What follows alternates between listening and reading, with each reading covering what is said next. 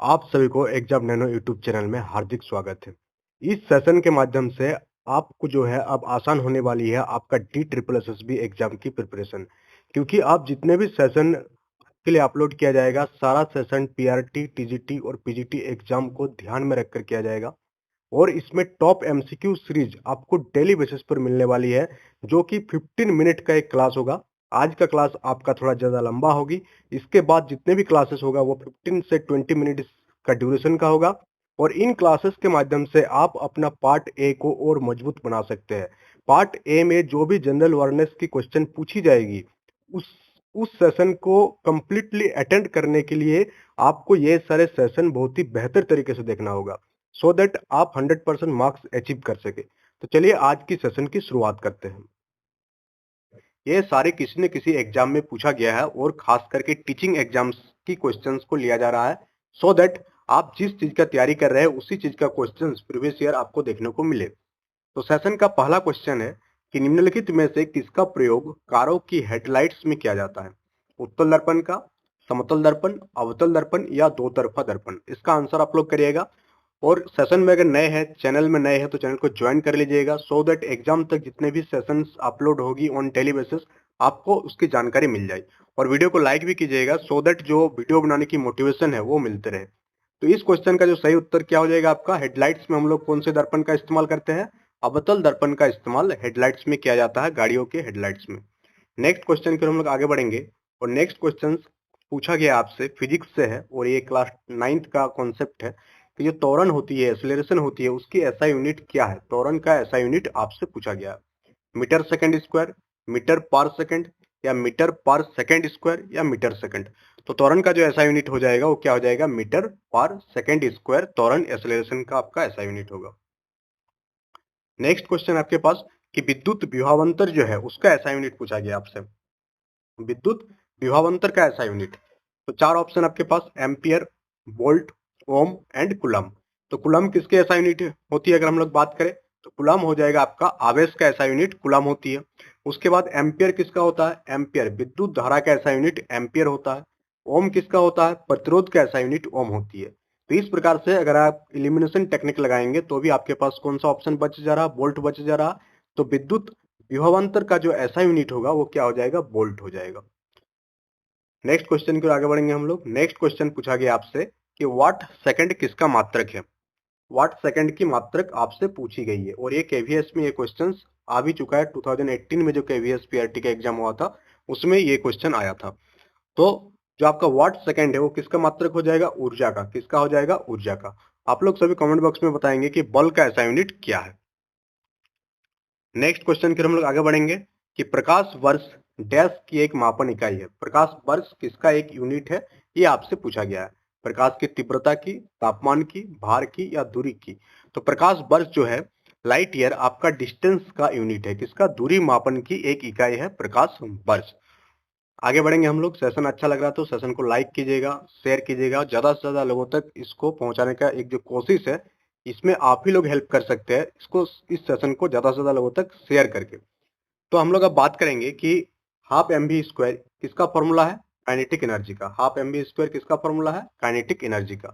इसका आपसे dimension formula पूछी गई है कि हाफ एम बी स्क्वायर के लिए आयामी सूत्र यानी डायमेंशनल फॉर्मूला क्या होगी? तो मास, पहले यहाँ पर आपका मास है, तो मास का जो आपका डायमेंशनल फॉर्मूला होती है क्या होती है? एम होती है। अगर हम लोग वी स्क्वायर की बात करेंगे, वेलोसिटी की बात हो रही है, गति की बात हो रही है, तो वहां पर आपका क्या हो जाएगा? एल टी टू हो जाएगा।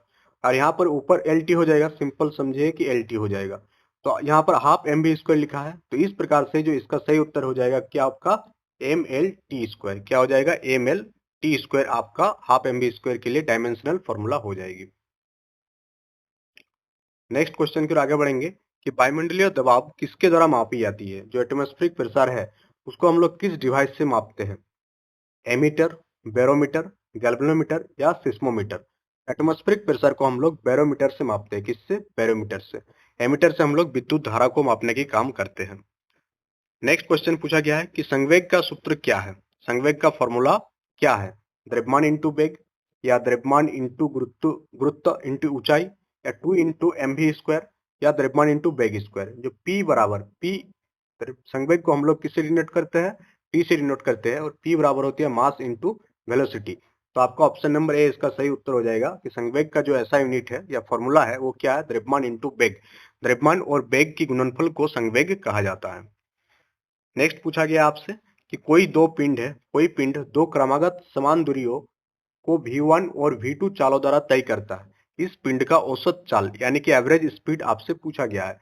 एक पिंड का जो चाल है वो v1 है और दूसरा पिंड का जो चाल है वो v2 चाल से वो लोग क्या कर रहा है? मूव कर रही है। तो औसत चाल क्या हो जाएगा आपका? 2v1 into 2v1 into v2 by v1 plus v2, इसका आपका औसत चाल हो जाएगा। नेक्स्ट क्वेश्चन की ओर आगे बढ़ेंगे हम लोग। नेक्स्ट क्वेश्चन आपसे पूछा गया है कि उत्तल दर्पण द्वारा बनने वाला प्रतिबिंब सदैव कैसा होती है? जब भी उत्तल दर्पण में कोई भी प्रतिबिंब बनता है तो वह प्रतिबिंब हमेशा आभासी और सीधा बनती है। उत्तल दर्पण पर बनने वाली प्रतिबिंब सीधा बनेगी आपका। तो प्रतिबिंब सदैव क्या होगी? काल्पनिक होगी यानी कि आभासी होगा, बट सीधा होगा। क्या होगा? सीधा। तो इसका ऑप्शन नंबर ए आपका सही उत्तर हो जाएगा। नेक्स्ट क्वेश्चन, आप लोग कमेंट बॉक्स में ये भी बताएंगे कि ये जो भी सेशन ले रहे हैं इसको लाइव ले या ऐसे ही अपलोड करें। जिसमें भी आप लोगों का टाइम बचेगा उसी हिसाब से सेशन को कंटिन्यू कराया जाएगा।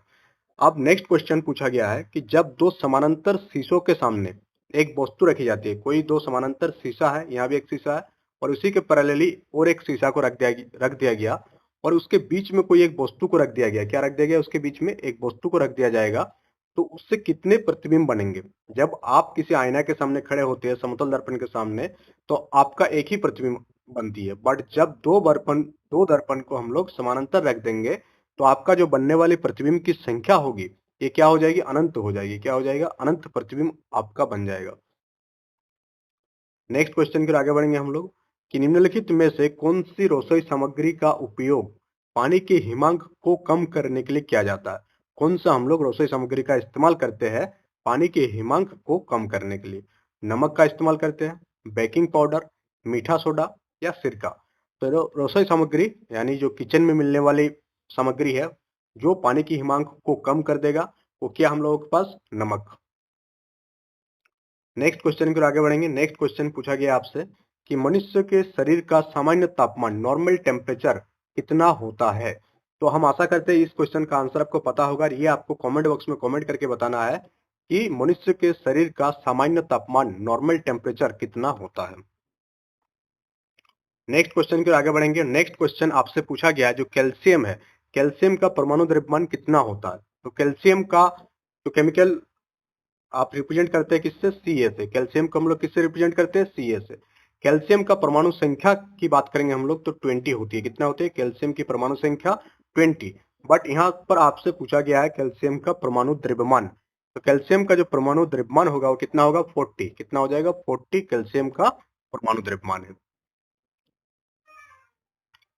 नेक्स्ट पूछा गया आपसे कि उदासीन विलयन जो होती है, न्यूट्रल सॉल्यूशन जो होती है, विलयन होती है, उसका पीएच मान क्या है? तो न्यूट्रल का पीएच मान कितना हो जाएगा? 7 हो जाएगा। अगर 7 से कम होगा तो वो क्या होगा? एसिड होगा। 7 से ज्यादा होगा तो क्षारीय होगा। नेक्स्ट क्वेश्चन है कि HCl यानी हाइड्रोक्लोरिक अम्ल और प्लस NaOH यानी सोडियम हाइड्रोक्साइड का हम लोग अभिक्रिया कराएंगे तो क्या क्या बनेगी? तो यहाँ आपका गैप को फिलअप करना है, प्लस H2O तो बनेगा ही। तो जैसे कि हम सभी को पता है इस रिएक्शन को आप देखेंगे तो यहाँ पर Na प्लस होगा, Na क्या होगा? प्लस होगा और OH माइनस होगा। आप इधर HCl वाला हम देखेंगे तो H प्लस होगा और Cl माइनस होगा। तो ये जो Na प्लस है ये Cl के साथ जुटेगा और ये जो OH माइनस है ये H प्लस के साथ जुटेगा। तो ये OH माइनस H प्लस के साथ जुटकर क्या बना दिया? यहाँ पर H2O बना दिया। बच गया कौन? Na प्लस और Cl माइनस। तो Na प्लस और Cl माइनस जुड़ करके क्या बन जाएगा? NaCl बन जाएगा यानी कि सोडियम क्लोराइड बन जाएगी यहाँ पर। तो इसका उत्तर क्या हो जाएगा? Option number A. डैश में क्या आएगा? NaCl। नेक्स्ट क्वेश्चन है आप लोगों के सामने कि निम्नलिखित में से कौन सा एसिड है? 4 ऑप्शन दिया है। H2O यानी कि पानी, NaCl क्या? सोडियम क्लोराइड नमक, Na2CO3 सोडियम कार्बोनेट और H2SO4। ये जो आपका H2SO4 है जिसे हम लोग सल्फ्यूरिक अम्लों के नाम से जानते हैं, ये आपका क्या है? एक एसिड है। तो इसका सही उत्तर हो जाएगा option number B. Next question की ओर आगे बढ़ेंगे हम लोग और नेक्स्ट क्वेश्चन आपसे पूछा गया बहुत ही आसान क्वेश्चन कि साधारण नमक का रासायनिक सूत्र क्या है? किसका? साधारण नमक का रासायनिक सूत्र आपसे पूछा गया है। ये भी इसका भी उत्तर आप लोग कमेंट बॉक्स में कमेंट करके देखें देंगे इस साधारण नमक का रासायनिक सूत्र क्या है? नेक्स्ट क्वेश्चन आपसे पूछा गया है कि कांसा जो है वो किसका मिश्र धातु है? जब दो धातुओं को हम लोग आपस में मिलाते हैं तो क्या तैयार हो जाती है? मिश्र धातु बनकर तैयार हो जाती है। और यहाँ पूछा ही गया आपसे कि कांसा जो है उसका मिश्र धातु क्या होगा? तो कांसा किसका मिश्र धातु है? कॉपर और टीन को जब हम लोग आपस में मिला देते हैं तो हम लोग सामने क्या बन के तैयार हो जाती है? कांसा। क्या तैयार हो जाती है? कांसा। तो कांसा किसका किसका मिश्र धातु है? कॉपर और टीन का मिश्र धातु है आपका कांसा। नेक्स्ट क्वेश्चन आपका बायोलॉजी से कि न्यूरॉन क्या है? ये क्वेश्चन आपका पूछे जाने के सबसे ज्यादा चांसेस है आपका एग्जाम में कि ऊर्जा की मौलिक इकाई को हम लोग न्यूरॉन के नाम से जानते हैं। ऑप्शन बी आपसे पूछा गया है कि रेडियोधर्मी पदार्थों से निकलने वाले पदार्थ है न्यूरॉन एक, या न्यूट्रॉन के प्रतिद्रव्य है। बट न्यूरॉन क्या है? तंत्रिका तंत्र की मौलिक इकाई है। आपकी जो नर्वस सिस्टम है उसका फंडामेंटल यूनिट को हम लोग न्यूरॉन के नाम से जानते हैं। जैसे हम लोगों का सेल जो है, सेल क्या है? एक फंडामेंटल लाइफ है, फंडामेंटल यूनिट है हम लोगों के बॉडी का। उसी प्रकार से जो तंत्रिका तंत्र है, नर्वस सिस्टम है, नर्वस सिस्टम का जो फंडामेंटल यूनिट है वो क्या है? आपका न्यूरॉन।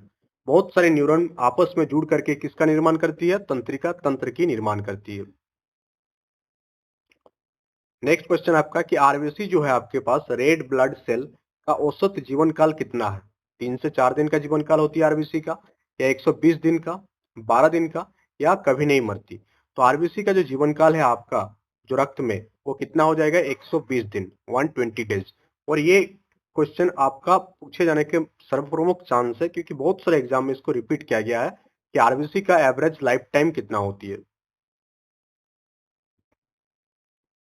नेक्स्ट क्वेश्चन, ये क्वेश्चन आपका केवीएस में पूछा जा चुका है कि मानव का जो ब्लड है, ह्यूमन ब्लड है, मानव रक्त का पीएच किसके मध्य होनी चाहिए? 5 से 6.5 के बीच में, 6.5 से 7.5 के बीच में, या 8 से 8.5 के बीच में, या 7.35 से 7.45? तो मानव का रक्त जो है थोड़ा सा क्षारीय है। क्या है? क्षारीय है। तो आपका सही उत्तर क्या आ जाएगा? 7.35 से लेकर के 7.45 के बीच में मानव रक्त का क्या होनी चाहिए? पीएच का वैल्यू होनी चाहिए। तो मानव रक्त का पीएच वैल्यू का मान 7.35 से 7.45 के बीच में होती है। तो सेशन कैसा लग रहा है कमेंट बॉक्स में कमेंट करके जरूर बताइएगा। सेशन के बारे में फीडबैक जरूर दीजिएगा। एक सामान्य मानव शरीर में क्रोमोसोम की संख्या कितनी होती है? मानव शरीर में क्रोमोसोम्स की संख्या पूछी गई है आपसे। तो मानव शरीर में जो क्रोमोसोम होती है वो 23 जोड़ी में पाई जाती है। किसमें पाई जाती है? 23 जोड़ी में पाई जाती है। बट यहाँ पूछा गया कि टोटल क्रोमोसोम की संख्या कितनी है? तो 2 जोड़ी पाया जाता है, तो 23 इंटू 2 हो जाएगा आपका, कितना हो जाएगा? 46। तो मानव शरीर में क्रोमोसोम्स की जो संख्या है वो कितनी होती है? 46। नेक्स्ट क्वेश्चन आपके पास कि नेत्रदान के समय आंख के किस भाग का प्रयोग किया जाता है? जो भी व्यक्ति का डेथ हो जाता है और अगर वह नेत्र का दान करना चाहे या जीवित अवस्था में भी अगर आंख नेत्र दान करना चाहिए तो आंख के किस भाग को हम लोग देते हैं? आंख का जो आपका कॉर्निया है, सॉरी कॉर्निया, आंख का जो कॉर्निया है इसको हम लोग क्या करते हैं? प्रोवाइड करते हैं। तो नेत्रदान में आंख के किस भाग का प्रयोग होता है? कॉर्निया का प्रयोग होता है। नेक्स्ट क्वेश्चन आपके पास पूछा गया है कि मनुष्य के शरीर में छोटी आंत की लंबाई कितनी होती है? मनुष्य के शरीर में जो छोटी आंत पाई जाती है, छोटी आंत, बड़ी आंत, मानव पाचन तंत्र में जब पढ़ेंगे हम लोग तो वहां पर आपको बताएंगे कि सारा सिस्टम। यहाँ क्वेश्चन में पूछा गया आपसे कि छोटी आंत की लंबाई कितनी होती है? तो 7.5 मीटर जो है छोटी आंत की लंबाई होती है। जब आप उसको खोलेंगे तो वो कितना लंबा हो जाएगा? 7.5 मीटर तक की लंबाई होती है, जो हम लोगों के पेट के अंदर किस स्ट्रक्चर में रहती है? इस टाइप से ये पाया जाता है। जब इसको आप सीधा करेंगे तो ये 7.5 मीटर के आसपास की लंबाई की होगी। नेक्स्ट क्वेश्चन पूछा गया है कि पौधों में वो प्रक्रिया जिसमें जल जलवाष्प के रूप में पत्तियों से बाहर आता है उसे हम लोग क्या कहते हैं?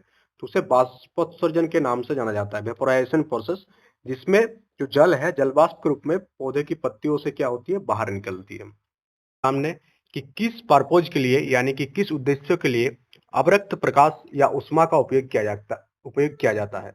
अवरक्त प्रकाश या अवरक्त उष्मा को हम लोग प्रयोग किस काम के लिए करते हैं? ऑप्शन नंबर ए फर्श को सुखाने के लिए, ऑप्शन नंबर बी कपड़ा धोने के लिए, ऑप्शन नंबर सी कपड़ा रंगने के लिए, या ऑप्शन डी भोजन को पकाने के लिए।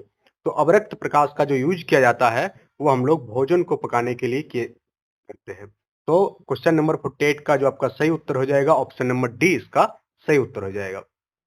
चलिए हम लोग नेक्स्ट क्वेश्चन को चलते हैं। और नेक्स्ट क्वेश्चन, वातावरण को गर्म करने में मूल रूप से किसका योगदान सर्वाधिक होता है? यानी कौन सा प्रोसेस से हम लोगों का इन्वायरमेंट सबसे ज्यादा हीट होता है? पहला ऑप्शन है isolation, option B conduction, option C radiation and option D convention. तो जो रेडिएशन प्रोसेस है, रेडिएशन प्रोसेस के हेल्प से आपका जो वातावरण है ये सबसे ज्यादा हीट होती है। नेक्स्ट क्वेश्चन आपके सामने है कि बिजली के बल्ब का फिलामेंट किसका बना होता है? चार ऑप्शन आपके पास कि लोहा, नाइक्रोम, टंगस्टन या ग्रेफाइट। बिजली का बल्ब में जो फिलामेंट लगा होता है वो किस चीज का बना होता है? तो वो आपका किसका बना होता है? टंगस्टन का बना होता है। नेक्स्ट क्वेश्चन आपके पास कि ब्लीचिंग पाउडर का इस्तेमाल पीने वाले पानी के डैश के रूप में किया जाता है। पीने वाले पानी में हम लोग ब्लीचिंग पाउडर का इस्तेमाल करते हैं। तो पीने वाले पानी में हम लोग ब्लीचिंग पाउडर का इस्तेमाल क्यों करता है, ये आपका क्वेश्चन में पूछा गया है। पहला ऑप्शन है कि कीटाणुनाशक के रूप में करते हैं, या ऑप्शन बी एंटीबायोटिक के रूप में करते हैं, या ऑप्शन सी एंटीसेप्टिक के रूप में, या ऑप्शन डी स्कंदक के रूप में। तो पीने वाले पानी में जो ब्लीचिंग पाउडर का यूज हम लोग करते हैं कीटाणुनाशक के रूप में करते हैं। ऑप्शन नंबर ए इसका सही आंसर हो जाएगा। नेक्स्ट क्वेश्चन की ओर हम लोग आगे बढ़ेंगे। नेक्स्ट क्वेश्चन आपसे पूछा गया है और ये डी ट्रिपल एसएसबी में पूछा गया था ये क्वेश्चन कि निम्नलिखित में से कौन सा अम्ल कांच को घुला सकता है? ऐसा कौन सा एसिड है जो कांच को भी घुला सकता है? नाइट्रिक अम्ल, धुएंधार सल्फ्यूरिक अम्ल, हाइड्रोक्लोरिक अम्ल या हाइड्रोफ्लोरिक अम्ल। तो कांच को घुला सकने वाली जो एसिड है उसका नाम है हाइड्रोफ्लोरिक अम्ल। इसका अगर हम लोग केमिकल फॉर्मूला देखें तो हाइड्रोफ्लोरिक अम्ल का जो केमिकल फॉर्मूला होता है क्या होता है? HF होता है। नेक्स्ट क्वेश्चन की ओर आगे बढ़ेंगे। चैनल में अगर आप लोग नए हैं तो चैनल को ज्वाइन कीजिएगा, वीडियो को ज़्यादा से ज़्यादा शेयर कीजिएगा और लाइक भी करने मत भूलिएगा, क्योंकि लाइक करने से ही मोटिवेशन मिलता है डेली बेसिस पर आपको वीडियो बनाने के लिए। क्वेश्चन में आपको आपसे पूछा गया है कि उस गैस का चयन करें जिसे अग्निशामक यंत्र में संग्रहित किया जाता है। जो फायर एक्सटिंग्विशर डिवाइसेस होती है जिससे हम लोग जब कोई आग लग जाता है तो उसका यूज करते हैं, तो उसमें कौन सा गैस का प्रयोग किया जाता है? यहाँ पर देखिए ऑप्शन को कैसे घुमाने के लिए दिया गया है। मैक्सिमम लोगों को ये तो पता है कि इसमें हम लोग कार्बन डाइऑक्साइड का प्रयोग करते हैं, बट किस अवस्था में करते हैं कार्बन डाइऑक्साइड का प्रयोग? द्रव अवस्था में करते हैं, या ठोस अवस्था में करते हैं, या शुष्क अवस्था वाला कार्बन डाइऑक्साइड का हम लोग प्रयोग करते हैं, या कार्बन मोनोऑक्साइड का प्रयोग करते हैं? तो इस प्रकार का ऑप्शन आपको एग्जाम में दिया जा सकता है ताकि आपको जो है घुमाया जा सके और आप कंफ्यूज हो जाए। तो आपको बता दें कि अग्निशामक यंत्रों में जो कार्बन डाइऑक्साइड का प्रयोग किया जाता है, कार्बन डाइऑक्साइड का कौन सा जो रूप होता है उसमें प्रयोग होता है? उसमें जो होता है आपका द्रव अवस्था में कार्बन डाइऑक्साइड का प्रयोग किया जाता है। द्रव अवस्था में कार्बन डाइऑक्साइड का प्रयोग किया जाता है किसमें? अग्निशामक यंत्र में। नेक्स्ट क्वेश्चन के हम लोग आगे बढ़ेंगे। नेक्स्ट क्वेश्चन आपसे पूछा गया है, ये भी आपका एक जो है थोड़ा सा कंसेप्चुअल क्वेश्चन है, और क्वेश्चन देखने के बाद आपको घबराना नहीं है, सिंपली क्वेश्चन को आपको पहले पढ़ना है। क्वेश्चन में क्या पूछा गया है कि जो नेचुरल सोर्सेस है, प्राकृतिक स्रोत, अम्ल का कौन सा युग्म सही नहीं है? तो इधर आपका लिखा हुआ इमली, इमली में कौन सा अम्ल पाया जाता है? जो लिखा हुआ क्वेश्चन में ऑक्सैलिक अम्ल। ऑप्शन नंबर 2 में लिखा हुआ दही में क्या पाया जाता है? लैक्टिक अम्ल। अब चार ऑप्शन दिया गया है कि दोनों में से कौन सा कथन सही है, कि ना तो एक और ना ही दो, यानी कि दोनों ही कथन सही नहीं है, या केवल दो सही है, या एक और दो दोनों सही है, या केवल एक सही है। तो इनमें से आप अगर देखेंगे तो आपको पता होगा कि जो दही होता है, दही में कौन सा अम्ल पाया जाता है? लैक्टिक अम्ल पाया जाता है। बट जो इमली होता है, इमली में कौन सा अम्ल पाया जाता है? तो इमली में टार्टरिक अम्ल पाया जाता है। कौन सा? टार्टरिक अम्ल इमली में पाया जाता है। तो इस प्रकार से आप देख पा रहे होंगे केवल ऑप्शन नंबर 2 सही है, यानी कि दही वाला ऑप्शन सही है, इमली वाला ऑप्शन जो है आपका गलत है। इसका सही उत्तर ऑप्शन नंबर बी हो जाएगा। नेक्स्ट क्वेश्चन आपसे पूछा गया है कि निम्नलिखित में से कौन सबसे अधिक तन्य धातु है? सबसे तन्य धातु कौन सा है इन चार ऑप्शनों में से? चार ऑप्शन आपका क्या क्या दिया हुआ है? पहला आपका दिया हुआ है कि सोना सबसे तन्य धातु है। ऑप्शन नंबर बी दिया है कि कॉपर सबसे तन्य धातु है, या ऑप्शन नंबर सी की चांदी सबसे तन्य धातु है, या ऑप्शन नंबर डी की लोहा सबसे तन्य धातु है। तो सबसे तन्य धातु यानी कि वैसा धातु जिसमें हम लोग तार खींच सकते हैं, जो टेंसाइल स्ट्रेंथ होती है, सबसे ज्यादा टेंसाइल वाला जो मेटल होती है वो कौन सा होता है? आपका सोना। इसलिए सोना का प्रयोग जो है हम लोग क्या करते हैं? गहना बनाने में, ऑर्नामेंट्स बनाने में करते हैं। नेक्स्ट क्वेश्चन आपसे पूछा गया है कि निम्नलिखित में से कौन सी धातु कमरे के ताप पर द्रव अवस्था में पाई जाती है? ऐसा कौन सी धातु है जो कमरे के ताप पर लिक्विड अवस्था में पाई जाती है? कॉपर तो लिक्विड अवस्था में नहीं पाया जाता है। आयरन, लोहा भी लिक्विड अवस्था में नहीं पाया जाता है, यानी कि कमरे के ताप पर, रूम टेम्परेचर पर हम लोग बात कर रहे हैं। एल्यूमिनियम में नहीं होता है। तो अगर ये इसका आंसर आपको नहीं भी पता है तो आप ऑप्शन से एलिमिनेट कर सकते थे और इसका सही उत्तर क्या हो जाएगा, मरकरी, यानी कि जिसे हम लोग पारा कहते हैं। और पारा का जो रासायनिक सूत्र है या रासायनिक संकेत है ये क्या है, Hg। नेक्स्ट क्वेश्चन हम पूछा गया आपसे कि निम्नलिखित में से कौन बायोगैस का मुख्य घटक है। तो जो बायोगैस का मेन घटक क्या है, मीथेन, इथेन, ब्यूटेन या प्रोपेन। तो बायोगैस का जो मुख्य मुख्य यानी कि मेन कंस्टिट्यूएंट है वो क्या है, मीथेन गैस है। मीथेन का हम लोग रासायनिक सूत्र बात करें तो CH4 जो है आपका मीथेन का रासायनिक सूत्र है। नेक्स्ट क्वेश्चन की ओर आगे बढ़ेंगे हम लोग। नेक्स्ट क्वेश्चन है आपका कि अपचयन, एक होता है रिडक्शन एंड ऑक्सीडेशन। अपचयन अभिक्रिया में क्या होता है, ऑक्सीजन की वृद्धि होता है या नाइट्रोजन की वृद्धि होती है या हाइड्रोजन की वृद्धि होती है या उपयुक्त में से कुछ नहीं होती है। तो अपचयन अभिक्रिया जो होती है यानी जो रिडक्शन रिएक्शन होती है उसमें आपका हाइड्रोजन की वृद्धि होती है। किसकी वृद्धि होती है, हाइड्रोजन की, और ऑक्सीजन की कमी होती है। बट जब हम लोग ऑक्सीडेशन रिएक्शन की ओर जाएंगे, ऑक्सीडेशन रिएक्शन उसमें आपका ऑक्सीजन की वृद्धि होगी और हाइड्रोजन की कमी होगी। बट उसका उल्टा आपका रिडक्शन रिएक्शन है, रिडक्शन रिएक्शन में हाइड्रोजन की वृद्धि होगी और ऑक्सीजन की कमी होगी। नेक्स्ट क्वेश्चन आपके स्क्रीन में कि कौन सा एक प्राकृतिक रेशा नहीं है, ये भी बायोलॉजी से है आपका, कि लाइनन, रेशम, जूट या नायलॉन। तो जूट तो आपका प्राकृतिक रेशा है, इसमें जो सही उत्तर हो जाएगा वो क्या हो जाएगा, नायलॉन। नायलॉन जो है आपका एक नेचुरल रेशा नहीं है, ये एक मैन मेड है, प्राकृतिक नहीं है। तो कौन सा प्राकृतिक रेशा नहीं है, नायलॉन एक प्राकृतिक रेशा नहीं है। नेक्स्ट क्वेश्चन की ओर आगे बढ़ेंगे। नेक्स्ट क्वेश्चन आपसे पूछा जा रहा है कि सूरज से ऊर्जा उत्पन्न करने की प्रक्रिया को क्या कहते हैं। तो मेन सोर्स ऑफ एनर्जी है पृथ्वी के लिए वो क्या है, सूरज से हम लोग एनर्जी को रिसीव करते हैं। तो सूरज में जो एनर्जी का प्रोडक्शन होती है, एनर्जी उत्पन्न होती है, वो किस अभिक्रिया के माध्यम से सूरज में एनर्जी प्रोडक्शन होती है। तो नाभिकीय संलयन विधि से सूरज में क्या होती है, एनर्जी की प्रोडक्शन होती है। तो सूरज से ऊर्जा उत्पन्न करने की प्रक्रिया को नाभिकीय संलयन कहा जाता है। नेक्स्ट क्वेश्चन की ओर आगे बढ़ेंगे। नेक्स्ट क्वेश्चन आपसे पूछा जा रहा है कि हंसाने वाली गैस कौन सी है, और इसका उत्तर आप लोग कमेंट बॉक्स में कमेंट करके देंगे कि हंसाने वाली गैस कौन सी है, nitrogen peroxide, nitrogen pentoxide, nitrogen oxide या नाइट्रिक ऑक्साइड। इसका उत्तर आप लोगों को मालूम होगा और कमेंट बॉक्स में कमेंट करके बताएंगे कि हंसाने वाली गैस कौन सी है। सेशन को आप लोग लाइक भी कीजिएगा।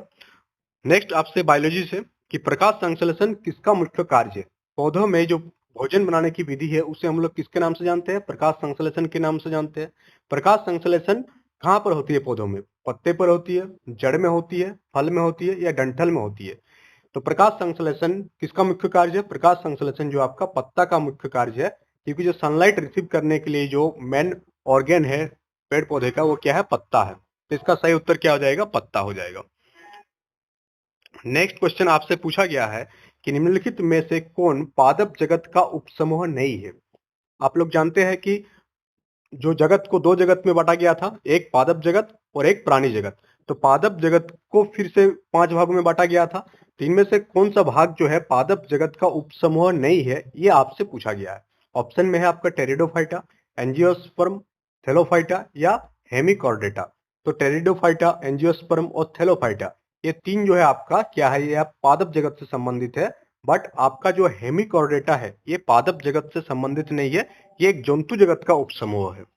तो question number option number B इसका सही उत्तर हो जाएगा। नेक्स्ट क्वेश्चन की हम लोग आगे बढ़ेंगे और नेक्स्ट क्वेश्चन आपसे पूछा गया है कि बीजों में बीजपत्रों की संख्या के आधार पर एंजियोस्पर्म वर्ग को कितने भागों में बांटा गया है। तो बीजपत्रों की संख्या के आधार पर एंजियोस्पर्म को 2 भागों में बांटा गया है। कितने भागों में, 2 भागों में, एक बीजपत्री और द्विबीजपत्री।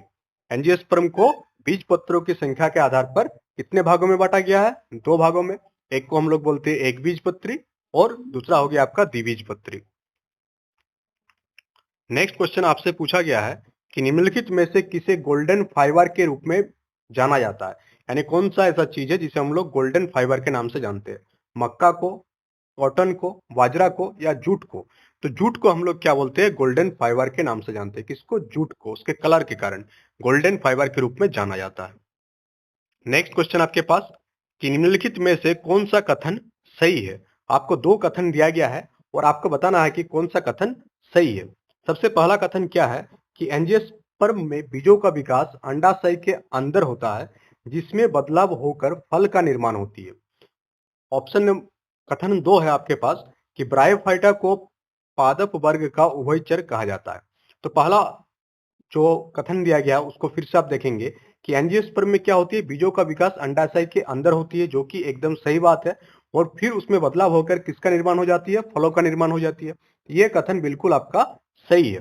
कथन 2 को आप देखेंगे तो वहां लिखा हुआ है कि ब्रायोफाइटा को पादप वर्ग का उभयचर कहा जाता है। यह भी सही बात है कि ब्रायोफाइटा को हम लोग क्या कहते हैं, पादप वर्ग का उभयचर कहते हैं। तो इस प्रकार से इसका सही उत्तर क्या हो जाएगा कि 1 और 2 दोनों कथन इसका सही है। और ये भी आपका DSSSB में पूछा गया था। इस प्रकार से क्वेश्चन को आप डेली बेसिस पर करेंगे तो आपका कॉन्सेप्ट के साथ साथ कैसा क्वेश्चन आपका टीचिंग एग्जाम्स में पूछा जाता है ये भी आपको पता चल जाएगी। नेक्स्ट क्वेश्चन आपसे पूछा जा रहा है कि निम्नलिखित में से क्या मल्टीमीडिया प्रेजेंटेशन का हिस्सा नहीं है। 4 चीज दिया हुआ आपके पास कि ग्राफिक्स, ऑडियो, वीडियो, मेमोरी या कीबोर्ड। कौन सा जो है आपका मल्टीमीडिया प्रेजेंटेशन का हिस्सा नहीं है। तो ऑडियो आपका मल्टीमीडिया प्रेजेंटेशन का हिस्सा है, वीडियो भी आपका मल्टीमीडिया प्रेजेंटेशन का हिस्सा है, जो ग्राफिक्स होती है वो भी आपका मल्टीमीडिया प्रेजेंटेशन के हिस्सा है। बट मेमोरी या कीबोर्ड जो है आपका, ये आपका मल्टीमीडिया प्रेजेंटेशन का हिस्सा नहीं है। और इसका सही उत्तर ऑप्शन नंबर सी हो जाएगा। तो इस प्रकार टोटल आज हम लोग 20 क्वेश्चन को डिस्कस किए। डेली बेसिस पर सेशन आपके लिए अपलोड हो रही है, तो सेशन को लाइक कीजिएगा, कमेंट बॉक्स में कमेंट करके जो क्वेश्चन का आंसर पूछिए उसका आंसर दीजिएगा, सो दैट हमें पता चले कि हाँ आप लोग सेशन में इंटरेस्टेड है, और ज्यादा से ज्यादा लोगों तक इसको शेयर कीजिए। So that's all for today, thank you for attending the session. हम लोग क्या मिक्स क्वेश्चन रखे हैं, जिसमें साइंस, सोशल साइंस और आपका कंप्यूटर से भी क्वेश्चन आपको देखने को मिलेगा। तो ये सेशन आपके लिए बहुत ही ज्यादा महत्वपूर्ण होने जा रही है। आज का सेशन का पहला क्वेश्चन आपका ज्योग्राफी टॉपिक से, ज्योग्राफी सब्जेक्ट से। क्वेश्चन क्या है कि शिव समुद्रम क्या है, एक द्वीप है जिसका निर्माण किस नदी द्वारा हुई है। शिव समुद्रम जो द्वीप है इसका निर्माण किस नदी के द्वारा किया गया है, यही आपसे पूछा गया है। 4 ऑप्शन आपके पास कि शिव समुद्रम द्वीप का निर्माण गंगा नदी के द्वारा हुई है, कृष्णा नदी के द्वारा, या गोदावरी, या कावेरी। तो आपको बता दें कि शिव समुद्रम जो द्वीप है ये निर्माण हुआ है किस नदी के द्वारा, कावेरी नदी के द्वारा इसका निर्माण हुआ है।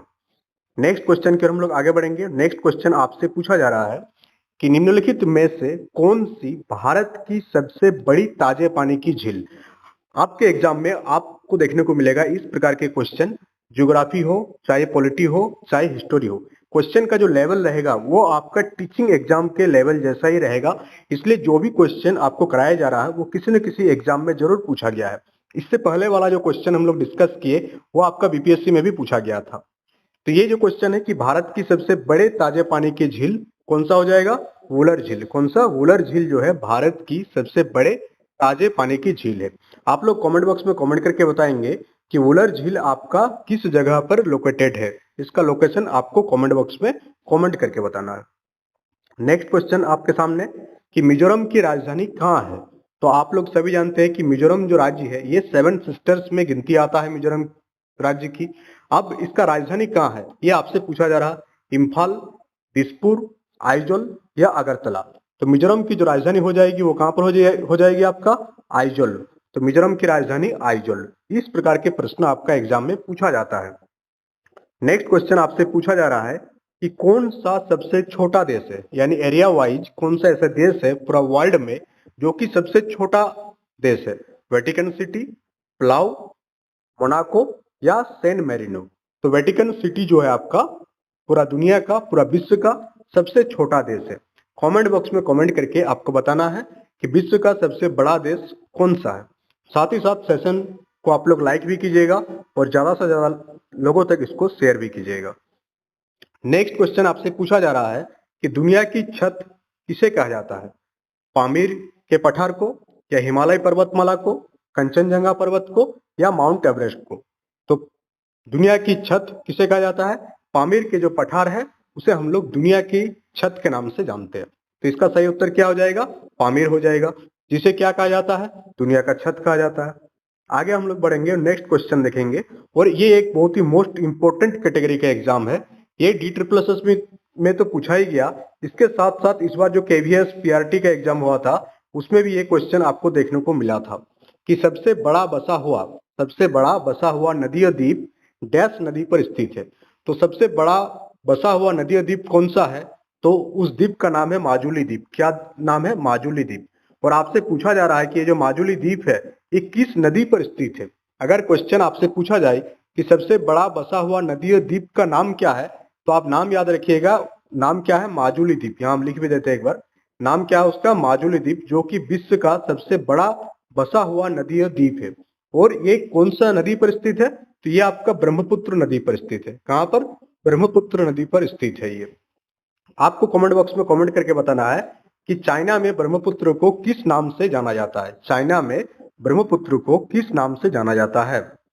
नेक्स्ट क्वेश्चन आपके पास, ये भी आपका जियोग्राफी से लिया गया है कि दो देशांतर रेखाओं के बीच का समयांतर कितनी होती है। दो देशांतर रेखाओं के बीच जो समय की अंतर होती है ये आपसे पूछा गया है।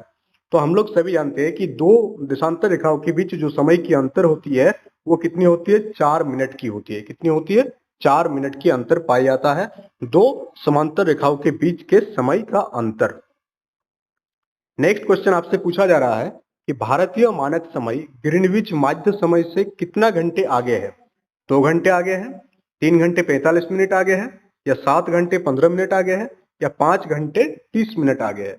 तो भारतीय मानक समय इंडियन स्टैंडर्ड टाइम जो है ग्रीनविच के जो टाइम से 5.5 घंटे आगे है। कितने घंटे? 5.5 घंटे आगे है। आप हमेशा याद रखिएगा ये कितने घंटे आगे है? 5.5 घंटे आगे है।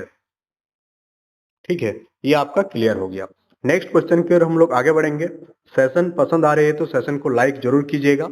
और ये क्वेश्चन आपका ज्योग्राफी से ये भी कि रात्रि के समय आकाश में कौन सा ग्रह लाल प्रतीत होती है, तो उस ग्रह का नाम क्या है। साथ ही साथ उस ग्रह को हम लोग लाल ग्रह के नाम से भी जानते हैं। आपके हिंट के लिए हम बता दिए, तो बृहस्पति ग्रह, शनि ग्रह, बुध ग्रह या मंगल ग्रह। तो रात्रि के आकाश में जो ग्रह लाल प्रतीत होता है उसे हम लोग मंगल ग्रह के नाम से जानते हैं। और मंगल ग्रह को लाल ग्रह के नाम से भी जाना जाता है। किस नाम से जाना जाता है? मंगल ग्रह को लाल ग्रह के नाम से भी जाना जाता है। नेक्स्ट क्वेश्चन की हम लोग आगे बढ़ेंगे। और नेक्स्ट क्वेश्चन आपसे पूछा जा रहा है कि पृथ्वी के डैश के कारण दिन और रात होते हैं। तो पृथ्वी के किस घटना के कारण दिन और रात की जो परिघटना है ये घटित होता है। पृथ्वी के आकार के कारण, कि पृथ्वी के तापमान के कारण, कि पृथ्वी के घूर्णन के कारण, कि पृथ्वी के बुरे लोगों के कारण रात दिन होता है। ये चौथा वाला ऑप्शन तो बहुत ही मजेदार ऑप्शन दे दिया है। तो पृथ्वी के किस घटना के कारण रात दिन होते हैं? तो पृथ्वी के घूर्णन के कारण रात और दिन होते हैं। इसका उत्तर आपको पता चल गया। नेक्स्ट क्वेश्चन की ओर आगे बढ़ेंगे हम लोग। और नेक्स्ट क्वेश्चन आपसे पूछा जा रहा है कि फोबस और डीमोस, फोबस और डीमस क्या है। मंगल ग्रह के दो चंद्रमा है ये, या शुक्र के दो चंद्रमा है, या बृहस्पति के दो चंद्रमा है, या बुध के दो चंद्रमा है। तो फोबस और डीमोस जो है आपका मंगल ग्रह के दो चंद्रमा है। कहाँ के? दो चंद्रमा है। चंद्रमा बोले तो उपग्रह, जैसे कि पृथ्वी का उपग्रह चांद है, तो उसी प्रकार से मंगल के दो प्राकृतिक उपग्रह है फोबस और डीमोस, जिसे चंद्रमा के नाम से भी जाना जाता है। तो अगर क्वेश्चन में पूछ दिया जाए कि मंगल में कितने चंद्रमा है, तो दो है, फोबस और डीमोस। मंगल ग्रह की कितनी उपग्रह है? दो है, फोबस और डीमोस। नेक्स्ट क्वेश्चन की ओर आगे बढ़ेंगे हम लोग। और नेक्स्ट क्वेश्चन आपसे पूछा जा रहा है, ये करंट टॉपिक से क्वेश्चन है आपका, कि पश्चिम बंगाल की राज्य विधानसभा ने एक प्रस्ताव पारित कर पश्चिम बंगाल का नाम बदलकर क्या रखा है। अभी तक ये एग्जीक्यूट नहीं हुआ है, बट पश्चिम बंगाल की जो विधानसभा है वहां पर यह पारित हो गया कि पश्चिम बंगाल का नाम को बदलना है। क्यों बदलना है? क्योंकि पश्चिम बंगाल जो नाम है वो, पश्चिम बंगाल तो भारत के ईस्ट में है, बट नाम जो है पश्चिम बंगाल इसलिए पड़ा क्योंकि उस टाइम जो बांटा गया था बंगाल को, तो एक पूर्वी बंगाल नाम दिया गया था और इधर वाला पार्ट को पश्चिम बंगाल नाम दिया गया था। पूर्वी बंगाल या तो यानी आज का बांग्लादेश। उसी टाइम से ये नाम प्रचलन में है कि पश्चिम बंगाल। तो इसका नाम बदलकर क्या रखना है? इसका नाम बदलकर बांग्ला रखना का प्लान है। क्या? बांग्ला रखने की प्लान है। कौन सा राज्य का नाम? पश्चिम बंगाल का नाम। अभी तक एग्जीक्यूट हुआ नहीं है, बट वहां की विधानसभा में जो है ये पारित हो चुकी है कि पश्चिम बंगाल के नाम आप बदलकर क्या रख दिया जाएगा? बांग्ला रख दिया जाएगा। नेक्स्ट क्वेश्चन की ओर आगे बढ़ेंगे हम लोग। नेक्स्ट क्वेश्चन आपसे पूछा जा रहा है और ये क्वेश्चन आपका इतिहास से लिया जा रहा। अब आपका टॉपिक हिस्टोरी का चालू हो गया। आज के क्लास में हम लोग हिस्ट्री, पॉलिटी, कंप्यूटर साइंस सारे क्वेश्चन आपको देखने को मिलेगा। और अब जो भी सेशन अपलोड होगा इसी प्रकार से आपको देखने को मिलेगी और नंबर ऑफ क्वेश्चन धीरे धीरे बढ़ेगी। अब जैसे 25 क्वेश्चन डिस्कस कर रहे हैं, आगे आने वाले समय में लाइव सेशन में डिस्कशन होगा और उस टाइम जो नंबर ऑफ क्वेश्चन होगी वो बढ़ेगी आपका। तो उसके लिए आप निश्चिंत रहें। तो चलिए हम लोग क्वेश्चन क्या देख लेते हैं। सबसे पहले पूछा जा रहा है आपसे कि भारत में मुगल साम्राज्य का अंतिम शासक कौन था। मुगल साम्राज्य का अंतिम शासक कौन था। ऑप्शन नंबर ए अकबर द्वितीय, आलमगीर द्वितीय, बहादुर शाह द्वितीय या शाह आलम द्वितीय। तो मुगल साम्राज्य का जो आखिरी शासक था, अंतिम शासक था, वो कौन थे। बहादुर शाह द्वितीय, जिनको अंग्रेजों ने पकड़कर रंगून भेज दिया गया। कब। 1857। क्यों भेज दिया गया। क्योंकि बहादुर शाह द्वितीय जो है 1857 के विद्रोह में विद्रोहियों का साथ दिया था। इसी कारण जो है बहादुर शाह टू को रंगून भेज दिया गया। साथ ही साथ उनके जो बेटे थे सभी को गोली मार दिया गया। आज भी आप दिल्ली जाएंगे, पुरानी दिल्ली, तो वहां आपको देखने को मिलेगा खूनी दरवाजा। खूनी दरवाजा इसलिए कहा जाता है क्योंकि उसी जगह पर बहादुर शाह का आई थिंक 6 या 7 बेटे थे, सभी को जो है गोली मारकर मौत की घाट उतार दिया गया था अंग्रेजों की द्वारा। उसके बाद मुगल साम्राज्य का पतन हो गया कंप्लीटली, एक भी वंश नहीं बचा, क्योंकि बहादुर साहब के जो बेटे थे उन लोगों को तो मार दिया गया था। तो इस प्रकार से जो शाही रक्त होता या शाही खानदान की बात अगर हम लोग करें तो वहीं पर समाप्त हो गया था। तो इस प्रकार से भारत में मुगल साम्राज्य का जो अंतिम शासक हो जाएंगे, कौन हो जाएगा। बहादुर शाह द्वितीय। नेक्स्ट क्वेश्चन आपसे पूछा जा रहा है इतिहास से कि पहले मुगल शासक कौन थे। हम लोग आखिरी का तो बात कर लिए, अब पहले कौन थे। तो पहले कौन थे। ऑप्शन नंबर ए है आपके पास कि शाहजहां पहले मुगल शासक थे। Option number B Humayun, Babur या अकबर। तो पहला मुगल सम्राट जो थे वो कौन थे। बाबर थे। अगर आपसे पूछा जाए कि मुगल साम्राज्य की स्थापना कब हुई थी तो 1526 1526 में जो है आपका मुगल साम्राज्य की स्थापना हुई थी। नेक्स्ट अगर हम लोग बात करें कि तराइन का प्रथम युद्ध मोहम्मद घोरी और निम्नलिखित में से किस भारतीय राजा के बीच लड़ा गया था। तो तराइन का प्रथम युद्ध कब हुआ था। 1191 यानी 1191 ईस्वी में तराइन का प्रथम युद्ध हुआ था। और ये युद्ध किन दो राजाओं के बीच हुआ था। मोहम्मद घोरी और एक भारतीय राजा के बीच हुआ था। तो उस राजा का नाम पूछा गया आपसे। देववर्मन, पृथ्वीराज चौहान, राजा जसो विग्रह या राजा उदय सिंह। तो आपको बता दें कि तराइन का जो फर्स्ट वार हुई थी मोहम्मद घोरी वो किसके बीच हुआ था। पृथ्वीराज चौहान के बीच हुआ था। राजपूत राजा पृथ्वीराज चौहान और मोहम्मद घोरी, इन दोनों के बीच तराइन का प्रथम युद्ध हुआ था और इसमें मोहम्मद घोरी का हार हुआ था और पृथ्वीराज चौहान इसमें विजयी हुई थी। बट उसके एक साल बाद 1192 में 92 में फिर एक बार युद्ध हुआ मोहम्मद घोरी और पृथ्वीराज चौहान के बीच और उस बार पासा पलट गया और उस बार क्या हुआ। मोहम्मद घोरी विजयी हो गया और पृथ्वीराज चौहान हार गया। तो ये सारे इंफॉर्मेशन आप याद रखिएगा। नेक्स्ट क्वेश्चन आपसे पूछा जा रहा है कि सूर्य मंदिर कहां पर स्थित है। भोपाल में, तिरुचिरापल्ली में, मदुरई में या कोणार्क में। तो आप लोग इसको ऑप्शन से भी लगा सकते हैं और अभी तक आपको पता ही चल गया होगी कोणार्क की सूर्य मंदिर। तो सूर्य मंदिर कहां पर स्थित है। कोणार्क में स्थित है। कोणार्क कौन से राज्य में स्थित है। तो ओडिशा में। कहां पर। ओडिशा में जो है आपका ओडिशा के कोणार्क शहर में एक मंदिर है जिसे हम लोग सूर्य मंदिर के नाम से जानते हैं और बहुत ही ज्यादा फेमस है। नेक्स्ट क्वेश्चन आपसे पूछा जा रहा कि चंद्रगुप्त मौर्य कौन था। अशोक का परदादा था, अशोक का भाई था, अशोक का पिता था या अशोक का दादा था। तो आपको बता दें कि जो मौर्य साम्राज्य है इसका संस्थापक कौन थे। चंद्रगुप्त मौर्य थे। चंद्रगुप्त मौर्य का बेटा का नाम क्या था। चंद्रगुप्त मौर्य का बेटा का नाम था बिंदुसार। क्या था। बिंदुसार। और बिंदुसार के बेटा का नाम क्या था। बिंदुसार के बेटा का नाम हो गया आपका अशोक, महाराजा अशोक।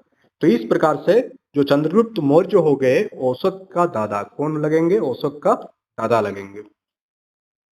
नेक्स्ट क्वेश्चन की ओर आगे बढ़ेंगे हम लोग और नेक्स्ट क्वेश्चन आपसे पूछा जा रहा है कि बुद्ध ने डैश में ज्ञान प्राप्त किया। भगवान बुद्ध ने कहां पर ज्ञान प्राप्त किया। कुशीनारा में, सारनाथ में, बोधगया में या पावापुर में। तो भगवान बुद्ध जो है बोधगया में ज्ञान प्राप्त किए।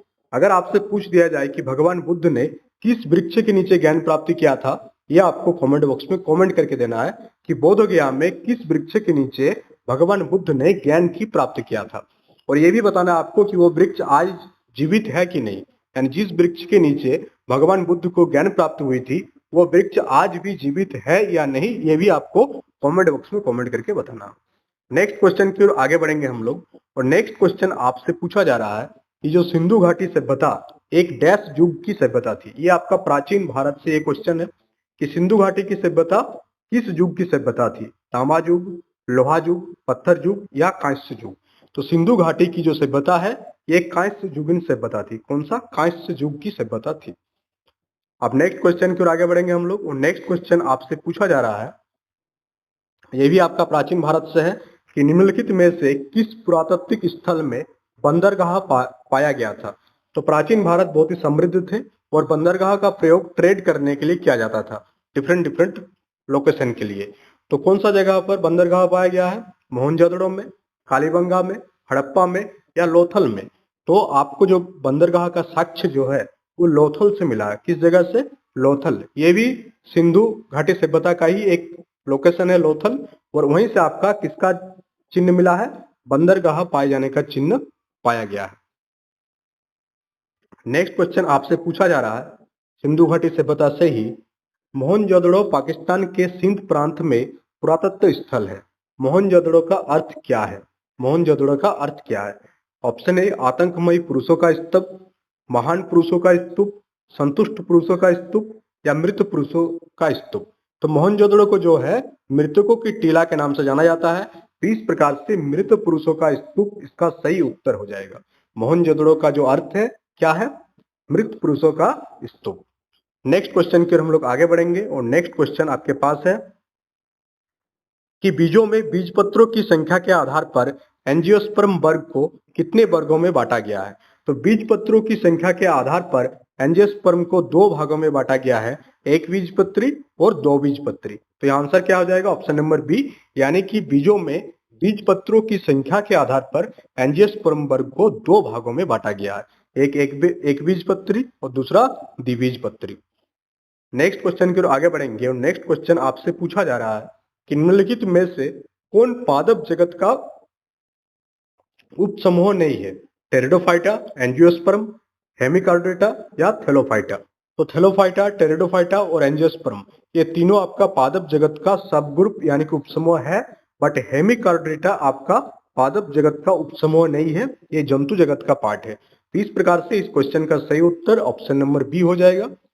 और आज के सेशन में आई थिंक इतना ही क्वेश्चन था। सेशन के बारे में आप लोग फीडबैक जरूर दीजिएगा कि सेशन में आप लोगों को मजा आ रहा है कि नहीं, और साथ ही साथ आप लोग बताएंगे कि किस टॉपिक पर डिटेल्ड वीडियो बनाई जाए जो आप लोगों का कमजोर है। साथ ही बहुत ही जल्द जो है आपका लाइव सेशन भी आएगा, और लाइव में हम लोग 100 क्वेश्चन का डिस्कशन करेंगे, चाहे आपका हिंदी वाला पार्ट हो लैंग्वेज का, या चाहे आपका पेपर 3rd हो मैथ का, साइंस का और सोशल साइंस का, क्लास 6 to 8, 1 to 5 सभी के लिए जो है सेशन लाया जाएगा। तो आज आज आज तक के लिए इतना ही। अब मिलते हैं कल नेक्स्ट सेशन में। That's all for today. Thank you for running session. सबसे पहला क्वेश्चन आपके सामने है कि विंडोज ऑपरेटिंग सिस्टम विकसित किया गया। तो विंडोज क्या है? एक ऑपरेटिंग सिस्टम है। यहाँ से आपको एक चीज याद रखना हमेशा कि विंडोज किसका एग्जाम्पल है? एक ऑपरेटिंग सिस्टम का एग्जाम्पल है, और ये किस कंपनी के द्वारा विकसित किया गया ये आपसे क्वेश्चन में पूछा गया है। 4 कंपनियों का नाम दिया गया है कि माइक्रोसॉफ्ट के द्वारा विकसित किया गया, IBM के द्वारा विकसित किया गया, HP के द्वारा विकसित किया गया या L&T द्वारा विकसित किया गया। तो आपको बता दें विंडोज ऑपरेटिंग सिस्टम जो है ये किसके द्वारा विकसित किया गया? ये माइक्रोसॉफ्ट के द्वारा विकसित एक ऑपरेटिंग सिस्टम है, जिसका इस्तेमाल हम लोग आज के डेट में मैक्सिमम कंप्यूटर में करते हैं। जहां पर जो ऑपरेटिंग सिस्टम दिया हुआ रहता है वो कौन सा ऑपरेटिंग सिस्टम दिया रहता है? विंडोज ऑपरेटिंग सिस्टम दिया रहता है। और आज के डेट में विंडोज का कौन सा वर्जन चल रही है? तो विंडोज 11 आज के डेट में नया वर्जन है। नेक्स्ट क्वेश्चन आपके स्क्रीन के सामने कि which of the following is GUI based operating system. इनमें से कौन सा GUI बेस्ड एक ऑपरेटिंग सिस्टम है? तो GUI का फुल फॉर्म क्या है? Graphical user interface. तो 4 ऑपरेटिंग सिस्टम का नाम दिया हुआ है यहाँ पर, उनमें से कौन सा ऑपरेटिंग सिस्टम GUI बेस्ड है ये आपको पता करना है। तो 4 ऑपरेटिंग सिस्टम क्या क्या है? MS DOS, MS window, Unix and all of this. तो आपका जो GUI बेस्ड ऑपरेटिंग सिस्टम कौन सा है? MS विंडो जो है आपका, माइक्रोसॉफ्ट विंडो जो है GUI बेस्ड ऑपरेटिंग सिस्टम का एक एग्जांपल है, जो कि आपका ग्राफिकल यूजर इंटरफेस के बेस्ड पर रन करती है। नेक्स्ट क्वेश्चन की ओर हम लोग आगे बढ़ेंगे, और नेक्स्ट क्वेश्चन आपसे पूछा जा रहा है कि विंडोज निम्न में से किसका उदाहरण है? इससे पहले हम बता दिए आपको, तो इस क्वेश्चन का आंसर आप इजीली कर सकते हैं कि विंडो किसका एग्जांपल है? ऑपरेटिंग सिस्टम का एग्जांपल है, हार्डवेयर का एग्जांपल है या एक्टिव डेस्कटॉप का एग्जांपल है? इसका उत्तर आप लोग कमेंट बॉक्स में कमेंट करके देंगे कि विंडोज किसका एग्जाम्पल है। नेक्स्ट क्वेश्चन की ओर आगे बढ़ेंगे हम लोग, और नेक्स्ट क्वेश्चन है आपका विंडो इज ए। इस क्वेश्चन को डिफरेंट टाइप से घुमा घुमा करके पूछा जा सकता है, इसलिए एक दो बार आपको रिपीट देखने को मिल सकती है कि विंडो क्या है, व्हाट इज विंडो, कि एक प्रोग्रामिंग लैंग्वेज है, एक ग्राफिकल यूजर इंटरफेस है, या एक ऑपरेटिंग सिस्टम है, या एक डेट ट्रांसफर प्रोटोकॉल है।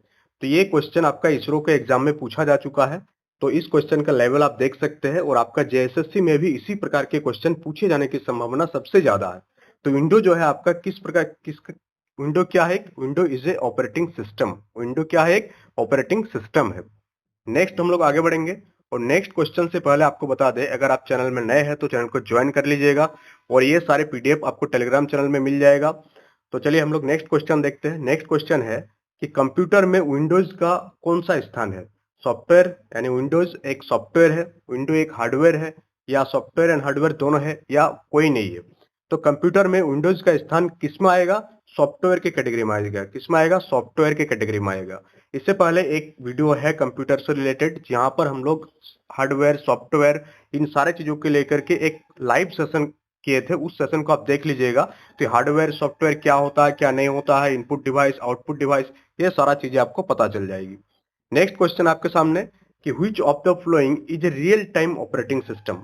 4 ऑपरेटिंग सिस्टम का नाम आपको दिया हुआ है। इन 4 ऑपरेटिंग सिस्टम में से कौन सा ऑपरेटिंग सिस्टम रियल टाइम में ऑपरेट करती है, इस ये क्वेश्चन आपको पूछा गया है कि कौन सा रियल टाइम ऑपरेटिंग सिस्टम का एग्जांपल है, कि मैक ओएस एक्स, लाइनुक्स, विंडोज 7 या विंडोज सी। विंडोज सी को फुल फॉर्म क्या है, कंपैक्ट एम्बेडेड कॉम्पैक्ट है। तो आपको बता दें कि जो रियल टाइम ऑपरेटिंग सिस्टम का एग्जांपल है वो कौन सा है, विंडोज सीई। कौन सा, विंडोज सीई एक रियल टाइम ऑपरेटिंग सिस्टम का एग्जांपल है। नेक्स्ट क्वेश्चन की ओर हम लोग आगे बढ़ेंगे, और नेक्स्ट क्वेश्चन आपसे पूछा जा रहा है कि विंडोज 95, विंडोज 98 और विंडोज एनटी, ये सारे विंडोज की वर्जन है। विंडोज 95, विंडोज 98 और विंडोज 98 डैश के नाम से जाना जाता है। इसे हम लोग किस नाम से जानते हैं, तो इन सारे को, विंडोज के जितने भी वर्जन है सभी को हम लोग ऑपरेटिंग सिस्टम के नाम से जानते हैं। किसके नाम से जानते हैं, ऑपरेटिंग सिस्टम। चाहे आपसे विंडोज 10 पूछे, चाहे आपसे विंडोज 11 पूछे, तो सारा का सारा आपका किस कैटेगरी में आएगा, ऑपरेटिंग सिस्टम के कैटेगरी में आएगा। ऑपरेटिंग सिस्टम क्या होती है, कैसे फंक्शन करती है, इसके लिए आपको जो पहला लाइव सेशन हम लिए थे उस सेशन को आप देख लीजिएगा, तो कंप्यूटर से रिलेटेड जो बेसिक टर्म है वो आपका क्लियर हो जाएगा। नेक्स्ट क्वेश्चन आपसे पूछा जा रहा है कि डैश से आप स्क्रीन या प्रोग्राम को छोड़ सकते हैं, यानी कौन सा एक्टिविटी करके आप कंप्यूटर में कोई किसी भी स्क्रीन को या किसी भी प्रोग्राम को आप लीव कर सकते हैं। आप कंप्यूटर को बूट करेंगे, या प्रोग्राम में जाएंगे, फोल्डर में जाएंगे, या एग्जिट करेंगे। तो किसी भी प्रोग्राम या किसी भी स्क्रीन को छोड़ने के लिए आपको कहाँ जाना होगा, आपको एग्जिट एक्टिविटी करना होगा। कौन सा एक्टिविटी करना होगा, एग्जिट। तो जैसे आप एग्जिट करेंगे तो आप किसी भी स्क्रीन या प्रोग्राम से बाहर हो जाएंगे, यानी कि उस प्रोग्राम या स्क्रीन को आप क्लोज कर देंगे। तो याद रखिएगा, प्रोग्राम या स्क्रीन को छोड़ने के लिए आप कौन सा एक्टिविटी करेंगे, तो एग्जिट करेंगे आप। नेक्स्ट क्वेश्चन आपसे पूछा जा रहा है कि माइक्रोसॉफ्ट कॉर्पोरेशन के नवीनतम ऑपरेटिंग सिस्टम विंडोज 7 में भारतीय भाषाओं के कितने फॉन्ट है। तो अभी फिलहाल विंडोज 11 चल रही है, बट यहाँ आपसे विंडोज 7 के बारे में पूछा गया है। और विंडोज 7 में जो ऑपरेटिंग सिस्टम है विंडोज 7, इसमें इंडियन लैंग्वेज के कितने फॉन्ट अवेलेबल है, ये आपसे पूछा जा रहा है। तो विंडोज 7 में जो आपका 49 फॉन्ट अवेलेबल है, जो इंडियन लैंग्वेज पर है। किस पर है, इंडियन लैंग्वेज का 49 फॉन्ट आपका विंडोज 7 में अवेलेबल है। नेक्स्ट क्वेश्चन को आगे बढ़ेंगे, और नेक्स्ट क्वेश्चन आपसे पूछा जा रहा है कि विंडोज 7 किसका एग्जांपल है, एक एप्लीकेशन सॉफ्टवेयर का, एक ब्राउजर का, एक ऑपरेटिंग सिस्टम का, या एक शेयरवेयर का। तो इससे पहले हम बता चुके हैं बार बार कि विंडोज किसका एग्जांपल है, विंडोज एक ऑपरेटिंग सिस्टम का एग्जांपल है। नेक्स्ट क्वेश्चन की ओर आगे बढ़ेंगे, और नेक्स्ट क्वेश्चन आपसे पूछा जा रहा है कि विंडोज ऑपरेटिंग सिस्टम का मालिक कौन है। विंडोज ऑपरेटिंग सिस्टम का मालिक का नाम आपसे पूछा जा रहा है। तो विंडोज ऑपरेटिंग सिस्टम का मालिक कौन है, तो विंडोज डेवलप किया गया माइक्रोसॉफ्ट के द्वारा। किसके द्वारा, माइक्रोसॉफ्ट के द्वारा, ना कि आईबीएम, ना कि इंटेल, ना कि एप्पल। विंडोज को जो डेवलप किया गया, विंडोज ऑपरेटिंग सिस्टम को जो डेवलप किया गया, किसके द्वारा किया गया, माइक्रोसॉफ्ट के द्वारा किया गया। सो दैट विंडोज का जो ओनर होगा, कौन होगा, माइक्रोसॉफ्ट विंडोज का ओनर होगा। नेक्स्ट क्वेश्चन की ओर आगे बढ़ेंगे, और नेक्स्ट क्वेश्चन आपसे पूछा गया है कि विंडोज 3.0 का जो वर्जन था वो कब जारी किया गया था? 1990 में जारी किया गया था, 1991 में जारी किया गया था, या 1992 में जारी किया गया था, या 1993 में जारी किया गया था? तो विंडोज 3.0 जो वर्जन था वो जारी किया गया था आपका 1990 में। कब? 1990 में विंडोज 3.0 का वर्जन को जारी किया गया था। नेक्स्ट क्वेश्चन आपसे पूछा जा रहा है कि यदि आप विंडोज 98 को विंडोज एक्सपी में बदल दे तो आप वास्तव में क्या कर रहे हैं कि आप स्टार्ट कर रहे हैं, आप अपग्रेड कर रहे हैं, आप पैच कर रहे हैं, या आप अपडेट कर रहे हैं। जैसे हम लोग मोबाइल को एंड्रॉइड 10 से एंड्रॉइड 11 की ओर ले जाते हैं तो हम लोग क्या करते हैं? मोबाइल को अपग्रेड करते हैं। क्या करते हैं? मोबाइल को अपग्रेड करते हैं। उसी प्रकार से विंडोज 98 के बाद विंडोज एक्सपी आया था। तो आप जब विंडोज 98 से विंडोज एक्सपी की ओर जाएंगे तो इसका मतलब आप क्या कर रहे हैं? अपना सिस्टम को अपग्रेड कर रहे हैं। क्या कर रहे हैं? आप सिस्टम को अपग्रेड कर रहे हैं। तो इसका सही उत्तर क्या आ जाएगा? ऑप्शन नंबर बी, अपग्रेड कर रहे हैं जब आप विंडोज 98 से विंडोज एक्सपी की ओर आप जाएंगे। नेक्स्ट क्वेश्चन आपसे पूछा जा रहा है कि निम्नलिखित में से कौन सी सॉफ्टवेयर एप्लीकेशन की एक आम विशेषता नहीं है? यानी जो एप्लीकेशन सॉफ्टवेयर होती है उसका कुछ कैरेक्टरिस्टिक्स होती है, उनमें से कौन सा कैरेक्टरिस्टिक्स ये नहीं है? चार आपका विशेषता दिया हुआ है कि विंडोज एप्लीकेशन में आपको मेनू पाया जाता है, हेल्प पाया जाता है, सर्च पाया जाता है, या विंडोज। तो जो भी एप्लीकेशन सॉफ्टवेयर होती है उसमें क्या पाया जाता है? मेनू भी पाया जाता है, हेल्प भी पाया जाता है, सर्च भी पाया जाता है। बट विंडोज इसका सही विशेषता नहीं होगा, क्योंकि विंडोज खुद एक ऑपरेटिंग सिस्टम है। तो यहाँ एप्लीकेशन सॉफ्टवेयर से इसका कोई लेना देना नहीं होगा। तो इस प्रकार से इस क्वेश्चन का जो सही उत्तर हो जाएगा विंडोज इसका सही उत्तर हो जाएगा। नेक्स्ट क्वेश्चन की ओर आगे बढ़ेंगे। नेक्स्ट क्वेश्चन कॉन्सेप्चुअल क्वेश्चन है, थोड़ा सा आपको दिमाग लगाना होगा कि वर्ड प्रोग्राम आप देखे हैं, एमएस वर्ड होती है एक वर्ड प्रोग्राम। वर्ड प्रोग्राम में डैश के घटकों में ये शामिल होती है। जैसे वर्ड प्रोग्राम में आप जाएंगे तो आपको कहां पर title bar, ribbon, status bar, view और डॉक्यूमेंट वर्क स्पेस आपको देखने को मिलेगा। कहां पर? वर्ड प्रोग्राम के किस में? ब्राउजर में जाएंगे तो देखने को मिलेगा, वेबसाइट में जाएंगे तो देखने को मिलेगा, या एक्सप्लोरर, विंडोज एक्सप्लोरर में जाएंगे तो देखने को मिलेगा, या आप जब विंडोज में जाएंगे तब देखने को मिलेगा। तो ये जो आपका विंडो वाला जो ऑप्शन है ये आपका सही उत्तर है कि वर्ड प्रोग्राम में विंडो के जो घटक है उसमें क्या क्या शामिल है? Title bar, ribbon, status bar, view और document work space. Next question की ओर आपके पास कि निम्नलिखित में से किसका प्रयोग आइकन के द्वारा कंप्यूटर सिस्टम को कमांड भेजने के लिए किया जाता है? कौन निम्नलिखित में से किसका प्रयोग आइकन के द्वारा कंप्यूटर सिस्टम को कमांड भेजने के लिए किया जाता है? तो किसका प्रयोग किया जाता है? जो आइकन होती है, जैसे आपका कोई एप्लीकेशन है तो यहाँ पर जो दिखेगा, यहाँ पर आपको दिख रहा है कि ये आपका व्हाट्सएप है, तो ये आपका एक आइकन हो गया उस एप्लीकेशन का। तो किस चीज का प्रयोग करके आइकन को जब भी आप प्रेस करते हैं तो आइकन क्या करती है? इंफॉर्मेशन किसको भेजेगा और फिर अपना परफॉर्म करेगा? ये आपसे पूछा गया है कि वो अपना इंफॉर्मेशन GUI यानी कि ग्राफिकल यूजर इंटरफेस को भेजेगा, या एप्लीकेशन प्रोग्राम इंटरफेस को भेजेगा, या कमांड इंटरफेस को भेजेगा, या सिस्टम इंटरफेस को भेजेगा। तो किसको भेजेगा अपना वर्क को फंक्शन करने के लिए, ये आपसे पूछा जा रहा है। तो किसको भेजेगा? वो कमांड इंटरफेस को भेजेगा। किसको? कमांड इंटरफेस को भेजेगा। जैसे ही आप कोई एप्लीकेशन आइकन पर अपना कमांड देते हैं, इनपुट देते हैं, तो वो जो आपका आइकन है वो क्या करेगा? जो प्रोग्राम को फंक्शन करना हो, जो काम करना हो, उसके लिए वो कमांड इंटरफेस को कमांड भेजने के लिए कमांड भेजेगा। कमांड इंटरफेस इसका सही उत्तर हो जाएगा। नेक्स्ट क्वेश्चन की ओर आगे बढ़ेंगे हम लोग, और नेक्स्ट क्वेश्चन आपसे पूछा गया है कि GUI का पूर्ण रूप क्या है? अभी तक हम लोग अभी तक हम 3-4 बार बता चुके हैं आपको कि GUI का फुल फॉर्म क्या है। ये आपको कमेंट बॉक्स में कमेंट करके बताना है कि GUI का फुल फॉर्म क्या है। आशा करते हैं आज आपको बहुत कुछ नया सीखने को मिला होगा कंप्यूटर से, जो आपके आने वाले एग्जाम में जरूर हेल्प करेगा। तो चैनल में नए हैं तो चैनल को ज्वाइन कर लीजिएगा। जो लोग पहले से चैनल में है उन लोगों के लिए बहुत बहुत धन्यवाद। वे लोग टेलीग्राम चैनल को भी ज्वाइन कर लेंगे सो दैट ये PDF उनको मिलते रहे और एग्जाम टाइम में रिविजन आप बहुत फास्ट कर सके। नेक्स्ट क्वेश्चन आपसे पूछा जा रहा है कि किसी विंडो को आइकन में सिंक कर देना क्या कहलाता है? कोई विंडो को हम लोग जब आइकन में सिंक कर देते हैं तो उसे हम लोग क्या कहते हैं? कि उससे ग्रुप विंडो खोलना कहते हैं, विंडो को मिनिमाइज करना कहते हैं, विंडो को मैक्सिमाइज करना कहते हैं, या विंडोज को रिस्टोर करना कहते हैं।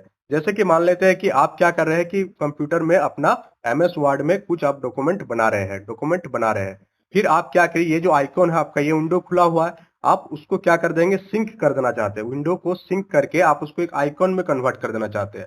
तो आप कहाँ पर माउस को दबाते हैं, तो यहाँ पर आपका 3 बटन होता है, एक होता है मैक्सिमाइज का, एक होता है मिनिमाइज का और एक होता है एग्जिट का। तो हम लोग आइकॉन आइकॉन में कन्वर्ट करने के लिए उसको विंडो को मिनिमाइज कर देते हैं और फिर जब जरूरत पड़ता है तो हम लोग उसको खोलते हैं और फिर मैक्सिमाइज करते हैं। और अगर आपको जरूरत ही नहीं है, पूरा एप्लीकेशन को ही आपको बंद करना है, तो हम लोग एग्जिट पर क्लिक करते हैं। किस पर क्लिक करते हैं, एग्जिट पर क्लिक करते हैं। तो ये आपको क्लियर हो गया कि विंडो को आइकन में बदलने के लिए हम लोग विंडो को क्या करते हैं, मिनिमाइज करते हैं। और अगर हम लोगों को कोई आइकन दबा करके उसको बहुत पूरा सिस्टम पर आपको देखना है, पूरा लैपटॉप में आपको देखना है, तो हम लोग क्या करते हैं, मैक्सिमाइज करते हैं। क्या करते हैं, मैक्सिमाइज करते हैं। तो 3 चीज रहता है आपका एकदम राइट साइड में। 3 चीज क्या क्या रहता है, फिर एक बार बता देते हैं। सबसे पहला आपका रहेगा मैक्सिमाइज, फिर रहेगा आपका मिनिमाइज और फिर आपका रहेगा एग्जिट। ये वाला है एग्जिट है, ये आपका मिनिमाइज है, ये आपका मैक्सिमाइज है। मैक्सिमाइज पूरा पूर्ण रूप देखने के लिए, मिनिमाइज उसको हम लोग छोटा करने के लिए, और ये जो कट वाला निशान है ये आपको प्रोग्राम को एग्जिट करने के लिए हम लोग यूज करते हैं। नेक्स्ट क्वेश्चन आपसे पूछा जा रहा है कि डैश एक ग्राफिकल ऑब्जेक्ट होते हैं जो आमतौर पर प्रयोग होने वाली एप्लीकेशन का प्रतिनिधित्व करते हैं। तो कौन सा एक ग्राफिकल ऑब्जेक्ट है, GUI आपका एक ग्राफिकल ऑब्जेक्ट है, या ड्राइवर आपका ग्राफिकल ऑब्जेक्ट है, कि एप्लीकेशन आपका ग्राफिकल ऑब्जेक्ट है, या विंडोज या आइकॉन। तो GUI का फुल फॉर्म आप देखेंगे तो वहीं से आपको पता चलेगा कि ग्राफिकल यूजर इंटरफेस। तो GUI क्या होती है, ग्राफिकल ऑब्जेक्ट होती है। क्या होती है, ग्राफिकल ऑब्जेक्ट होता है क्या, GUI। तो यहाँ आपका क्लियर हो गया ये क्वेश्चन का आंसर। अब नेक्स्ट क्वेश्चन की ओर आगे बढ़ेंगे हम लोग। लगभग 25 या 20 का आसपास का क्वेश्चन इस स्लाइड में है, तो और 4-5 क्वेश्चन ही बचा हुआ है। अब आपसे पूछा जा रहा है कि विंडोज डेस्कटॉप पर विभिन्न एप्लीकेशन और डॉक्यूमेंट डैश द्वारा रिप्रेजेंट किया जाता है। जब आप विंडोज डेस्कटॉप को ओपन करते हैं तो आपको डिफरेंट एप्लीकेशन और डॉक्यूमेंट्स आपको देखने को मिलता है। जैसे आपका एक फोल्डर है, यहाँ पर कोई आपका एक फाइल है, यहाँ पर कोई आप ऐप गेम वगैरह है। तो आप क्या करते हैं, डिफरेंट चीज आपको देखने को मिलता है। तो ये जो चीज है इसको आप क्या कहते हैं, या सिंपल आप समझिए कि जब आप मोबाइल का होम स्क्रीन में आते हैं तो आपको सारा एप्लीकेशन आपको देखने को मिलता है, गोल गोल या जो भी आपका मोबाइल का फंक्शन है उसी हिसाब से स्क्रीन सेटिंग है। तो यहाँ पर आपको जो चीज देखने को मिलता है उसे हम लोग क्या कहते हैं, उसे हम लोग सिंबल्स कहते हैं, ग्राफ कहते हैं, लेबल्स कहते हैं, या आइकॉन कहते हैं। उसे हम लोग आइकॉन के नाम से जानते हैं। किस नाम से जानते हैं, आइकॉन के नाम से जानते हैं उसे हम लोग। जैसे आपका मोबाइल में यहाँ व्हाट्सएप दिख रहा है, तो व्हाट्सएप जो दिख रहा है यहाँ पर खुला हुआ नहीं है, बट आपका स्क्रीन में जो दिख रहा है वो क्या, आपका आइकॉन है। किसका आइकॉन है, व्हाट्सएप का आइकॉन है। तो उसको हम लोग क्या कहते हैं, आइकॉन कहते हैं। क्या कहते हैं उसको हम लोग, आइकॉन कहते हैं। चलिए हम लोग नेक्स्ट आगे बढ़ेंगे। नेक्स्ट क्वेश्चन आपसे पूछा जा रहा है कि यदि आप अपने डेस्कटॉप पर एक आइकॉन को मूव करना चाहते हैं, एक आइकॉन को आप मूव करना चाहते हैं, तो इसे हम लोग क्या कहते हैं। जैसे यहाँ पर आपका कोई फाइल है, फोल्डर है, इसे आप यहाँ से यहाँ पर लेकर आना चाहते हैं, तो माउस से आप क्या करते हैं, तो माउस से हम लोग इसे ड्रैगिंग करते हैं। क्या करते हैं, माउस से इसे ड्रैगिंग, ड्रॉप एंड ड्रैगिंग बोला जाता है। जैसे यहाँ से हम लोग उठाए और यहाँ पर हम लोग रख दिए, तो हम लोग ड्रॉप किए, इसको ड्रैग किए, फिर आप ड्रॉप किए, ड्रैग करके क्या कर दिए, ड्रॉप किए, ड्रैग करके ड्रॉप, यहाँ से खींच के हम लोग यहाँ ड्रॉप कर दिए। तो इसको ड्रैग एंड ड्रॉप बोला जाता है, ड्रैग एंड ड्रॉप। तो इस पूरा प्रोसेस को, इसको हम लोग जब हम लोग एक आइकन को दूसरे जगह पर लेके जाते हैं तो उसे हम लोग ड्रैगिंग के नाम से जानते हैं। किसके नाम से, ड्रैगिंग के नाम से जानते हैं। आई थिंक यह क्वेश्चन आपका खत्म होता है। तो आज का सेशन आपको कैसा लगा, कमेंट बॉक्स में कमेंट करके जरूर बताइएगा कि सेशन कैसा रहा। इसी टाइप से जब तक आपका एग्जाम ना हो जाए, डेली बेसिस पर आपको 20 से 30 क्वेश्चन आपको देखने को मिलेगा। जनरल अवेयरनेस का सेशन चल रही है जिसमें हिस्ट्री, पॉलिटी, ज्योग्राफी, साइंस सारा को कवर किया जा रहा है, और इसमें खाली हम लोग कंप्यूटर को कवर कर रहे हैं। और बहुत ही जल्द आप लोगों के लिए मैथ का सेशन भी लेकर आएंगे, जो लोग क्या कर रहे हैं, सहायक आचार्य जी का तैयारी कर रहे हैं। सीजीएल का एग्जाम तो बहुत नजदीक है, अब मैथ का सेशन लाकर कोई बेनिफिट हमको दिख नहीं रहा है। बाकी जो आपका बहुत जल्दी हो सकता है उसको कवर करने के लिए कुछ कुछ सेशन आपके लिए अपलोड किया जाएगा डेली बेसिस, जब तक आपका एग्जाम ना हो जाए। तो so that's all for today, thank you for attending the session. जो है चैनल को सब्सक्राइब करना है और वीडियो को ज्यादा से ज्यादा लोगों तक शेयर कीजिएगा और लाइक भी कीजिएगा। तो चलिए हम लोग सेशन की शुरुआत करते हैं, और आज का सेशन का पहला क्वेश्चन आपके लिए कि तत्काल ऊर्जा के लिए खिलाड़ी निम्नलिखित में से क्या लेते हैं। आप लोग जानते हैं कि अगर हम लोग इंस्टेंट एनर्जी की जरूरत होती है तो हम लोग क्या चीज लेते हैं ताकि हम लोगों को एनर्जी तुरंत मिल जाए। इसके लिए हम लोग सुक्रोज लेते हैं, विटामिन सी लेते हैं, दूध लेते हैं, या साधारण नमक लेते हैं। तो इसका सही उत्तर क्या हो जाएगा, इसका सही उत्तर हो जाएगा सुक्रोज। तत्काल एनर्जी यानी कि इंस्टेंट एनर्जी के लिए जो खिलाड़ी लोग होता है वे लोग क्या ग्रहण करते हैं? सुक्रोज ग्रहण करते हैं। अगर पूछा जाए आपसे कि सुक्रोज किन दो चीजों का मिश्रण है, तो आप याद रखिएगा सुक्रोज जो है आपका ग्लूकोज और फ्रुक्टोज का मिश्रण है, जिसके कारण ये इंस्टेंट एनर्जी प्रोवाइड करता है। किसके कारण? क्योंकि सुक्रोज जो है आपका ग्लूकोज और फ्रुक्टोज का मिश्रण है और उसी कारण आपका सुक्रोज तत्काल एनर्जी देता है, इंस्टेंट एनर्जी प्रोवाइड करता है। तो इस प्रकार से इस क्वेश्चन का सही उत्तर हो जाएगा option number A, sucrose. Next question की ओर हम लोग आगे बढ़ते हैं और नेक्स्ट क्वेश्चन आपके पास है कंप्यूटर से। ये क्वेश्चन पूछा गया आपसे कि निम्नलिखित में से क्या ऑपरेटिंग सिस्टम की एक किस्म नहीं है? चार ऑप्शन दिया गया है, चार में से कौन सा पूछा गया है कि ऑपरेटिंग सिस्टम नहीं है, यानी ऑपरेटिंग सिस्टम का टाइप नहीं है। तो चार ऑप्शन क्या क्या है? लाइनुक्स है, Mac OS operating system X है, मैक ओएस एक्स है, विंडोज 10 है। तो आप देख पा रहे होंगे कि ये तीनों जो है आपका ऑपरेटिंग सिस्टम है। विंडोज 10 भी आपका एक ऑपरेटिंग सिस्टम है, लाइनक्स भी आपका ऑपरेटिंग सिस्टम है और मैक ओएस एक्स भी आपका एक ऑपरेटिंग सिस्टम है। कंप्यूटर वाला क्लास और आज एक अपलोड किए हैं जिसमें 30 कंप्यूटर का क्वेश्चन डिस्कस किए हैं, उस सेशन को भी आप लोग देख लीजिएगा। उससे भी आपको कंप्यूटर से रिलेटेड बहुत सारी चीजें हेल्प हो जाएगी। तो इसका सही उत्तर क्या हो जाएगा कि इनमें से कोई नहीं, क्योंकि ये सारे क्या ऑपरेटिंग सिस्टम का ही कोई ना कोई टाइप है। नेक्स्ट क्वेश्चन की ओर आगे बढ़ते हैं हम लोग और नेक्स्ट क्वेश्चन आपसे पूछा जा रहा है, ये भी आपका कंप्यूटर से है कि निम्नलिखित में से क्या एक वीडियो फाइल एक्सटेंशन नहीं है? चार फाइल एक्सटेंशन दिया हुआ है, जैसे अगर आप कोई पीडीएफ फाइल ओपन करेंगे तो यहाँ पर उसका नाम रहेगा, उसके बाद क्या लिखा रहेगा? Dot PDF. उसी टाइप से जब आप इमेज फाइल ओपन करते हैं तो आपके फाइल के बगल बगल में डॉट के बाद क्या लिखा रहता है? जेपीजी। क्या लिखा रहता है? जेपीजी। तो उसी प्रकार से यहाँ पूछा गया है कि चार फाइल एक्सटेंशन आपके सामने दिया गया है और पूछा गया है कौन सा जो है एक वीडियो का फाइल एक्सटेंशन नहीं है। जैसे कि जब हम लोग वीडियो खोलते हैं तो डॉट MP4 लिखा हुआ रहता है। MP4 मतलब क्या हो जाता है कि वो वीडियो फाइल है। डॉट MP3 लिखा रहेगा तो क्या समझ जाएंगे आप कि वो एक ऑडियो फाइल है। तो यहाँ पूछा गया कि कौन सा वीडियो फाइल का एक्सटेंशन नहीं है पूछा गया। चार ऑप्शन क्या क्या है? Dot FLV, dot VOV, dot M4V and dot AMR। तो आपको बता दें कि डॉट AMR जो है एक ऑडियो फाइल एक्सटेंशन है। कोई भी ऑडियो फाइल बनेगा और उसमें एक एक्सटेंशन का टाइप आता है, जैसे जिस प्रकार से डॉट MP3 आता है उसी प्रकार से अगर डॉट AMR आया हुआ है तो आप समझिएगा कि वो एक ऑडियो फाइल एक्सटेंशन है, ना कि वीडियो फाइल। तो इसका सही उत्तर आपका क्या हो जाएगा? डॉट AMR, जो कि एक वीडियो फाइल एक्सटेंशन नहीं है।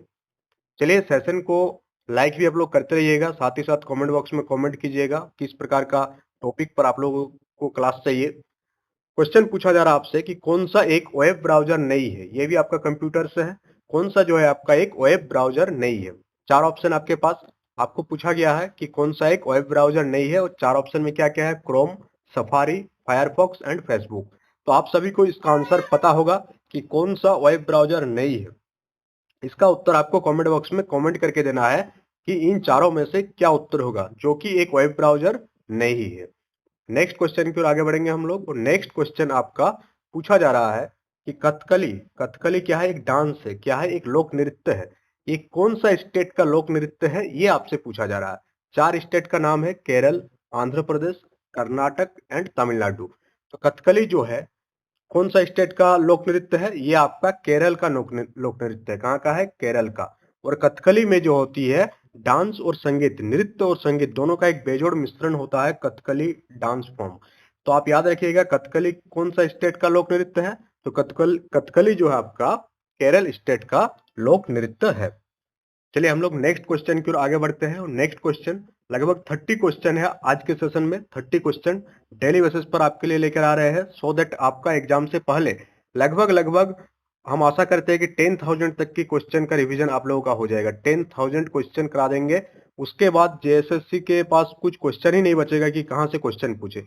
इन 10,000 सीरीज को आप कंप्लीट कर लेते हैं तो JSSC के एग्जाम को आप हवा की तरह उड़ा के ले चलेंगे। तो आप देखते हैं कि क्वेश्चन क्या है। क्वेश्चन पूछा जा रहा है आपसे, wings of fire, wings of fire का लेखक कौन है? विंग्स ऑफ फायर क्या है? एक बुक है। कौन विंग्स ऑफ फायर के लेखक के नाम आपसे पूछा जा रहा है कि विंग्स ऑफ फायर का लेखक अटल बिहारी वाजपेयी है, अमित चौधरी है, APJ अब्दुल कलाम है या गिरीश कर्नाड है। तो हम बता दें आपको कि विंग्स ऑफ फायर के लेखक कौन है? APJ अब्दुल कलाम।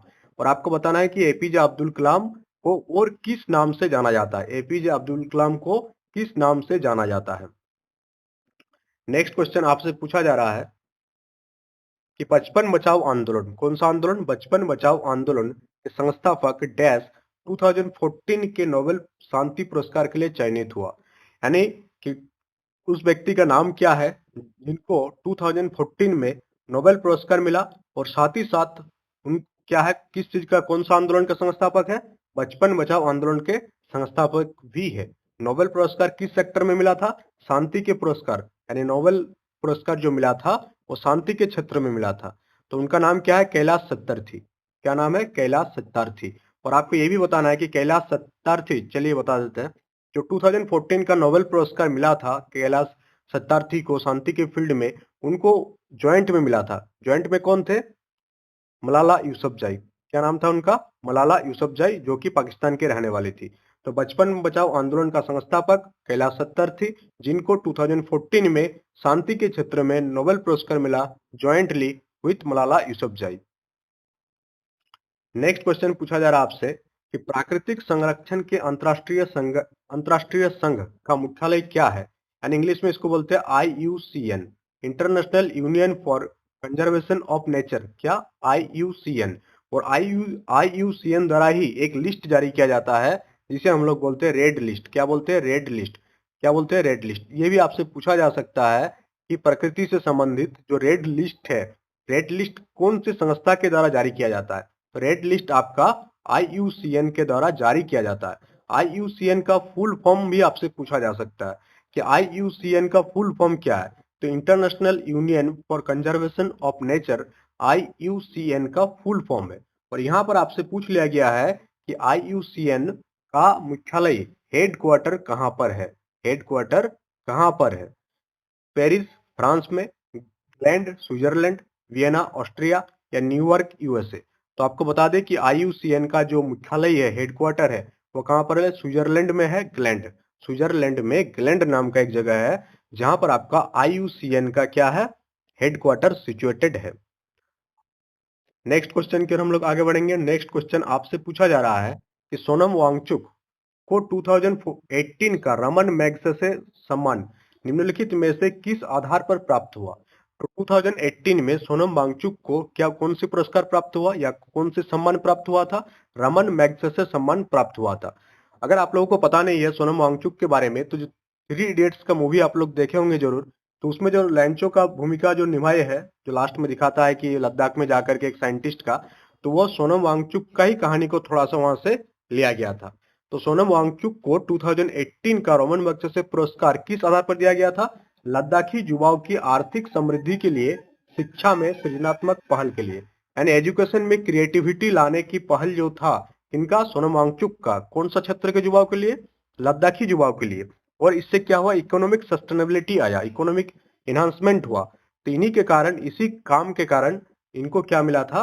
2018 का रमन मैग्सेसे सम्मान मिला था। नेक्स्ट क्वेश्चन आपके पास कि निम्नलिखित में से कौन सी झील खारे पानी की झील है? कल भी एक झील से रिलेटेड क्वेश्चन था। कमेंट बॉक्स में कमेंट करके बताएंगे कि कल का क्वेश्चन क्या था। निम्नलिखित में से कौन सा झील खारे पानी का झील है? कलर झील, डल झील, लोकटक झील, या सांबर झील? तो आपको बता दें कि जो सांबर झील है ये आपका खारे पानी का झील है। सांबर झील क्या आपका? खारे पानी के झील के सरनी में आता है सांबर झील।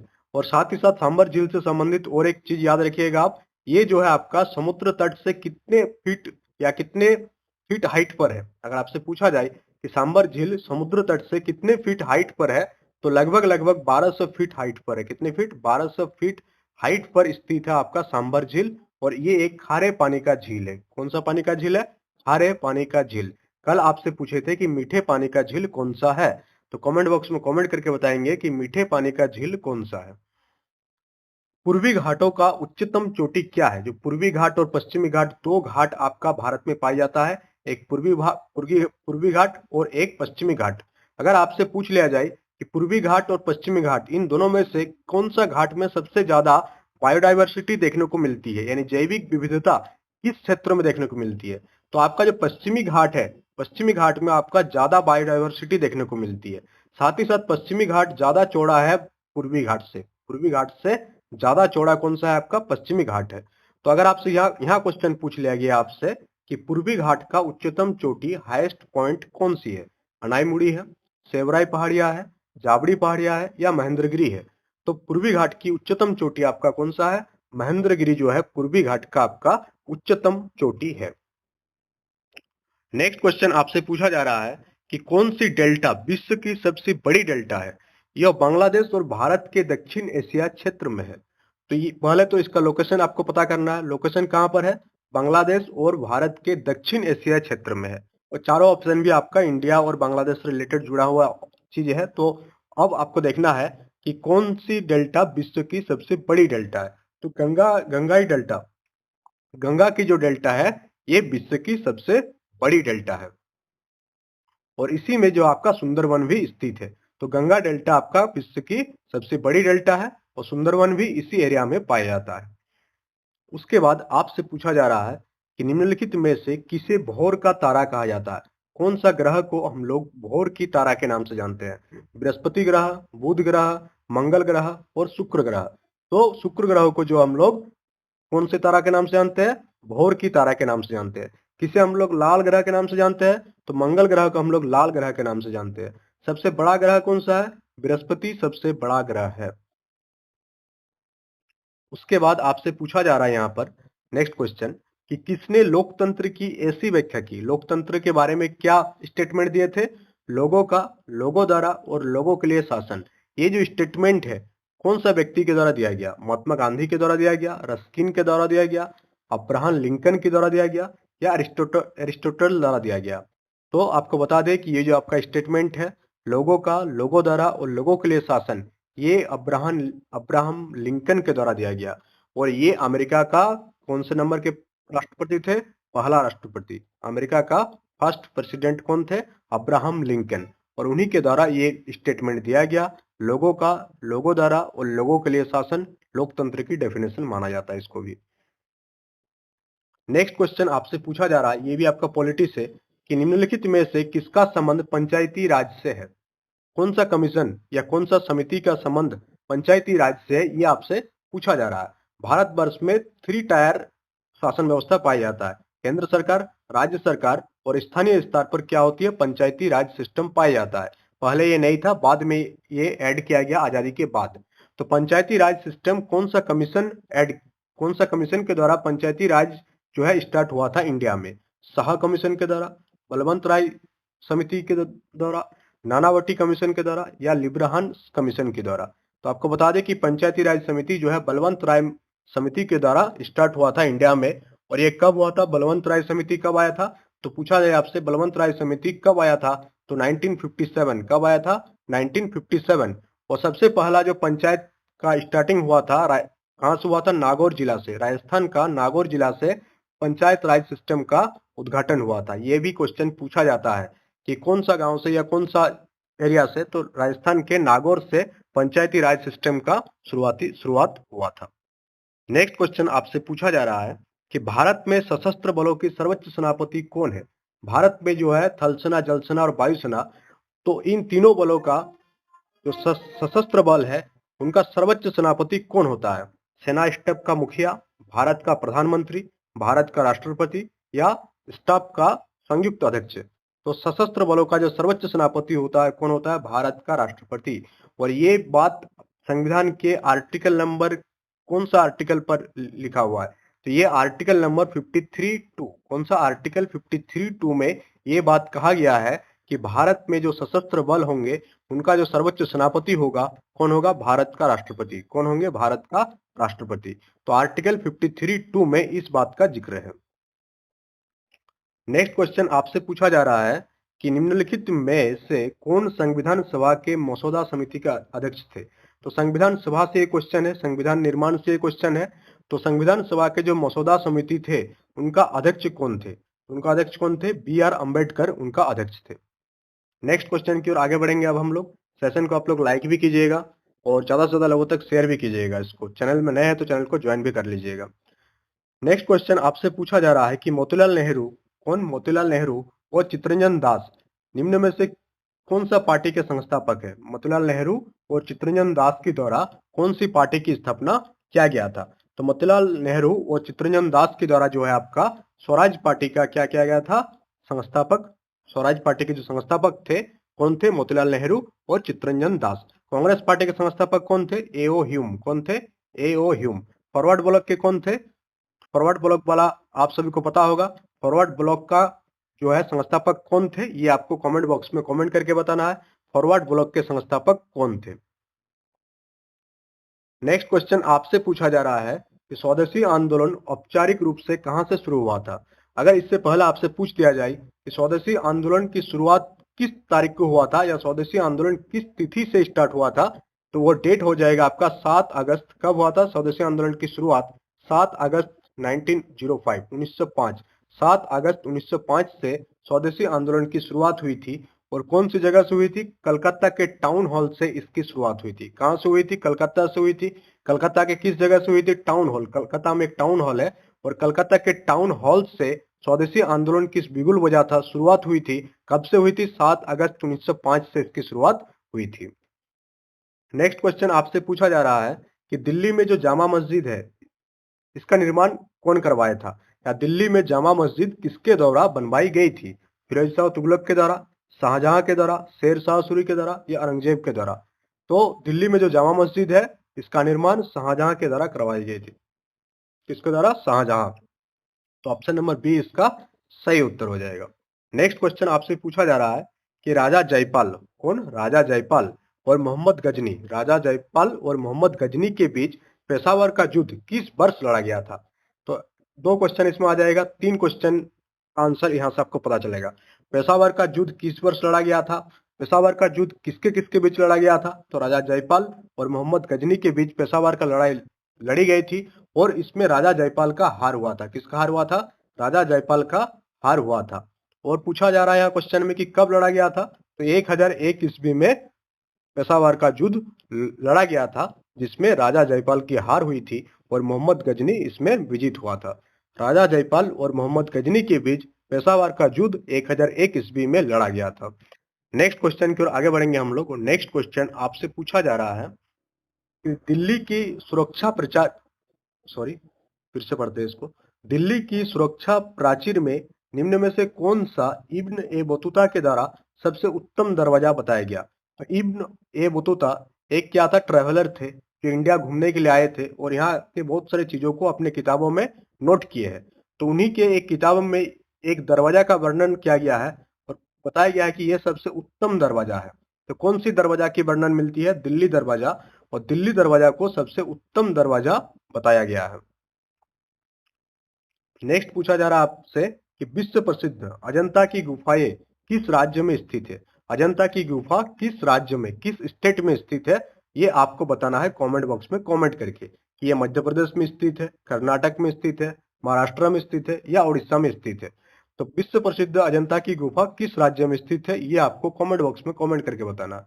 नेक्स्ट क्वेश्चन आपसे पूछा जा रहा है कि मोहम्मद पैगंबर का जन्म कहां पर हुआ था?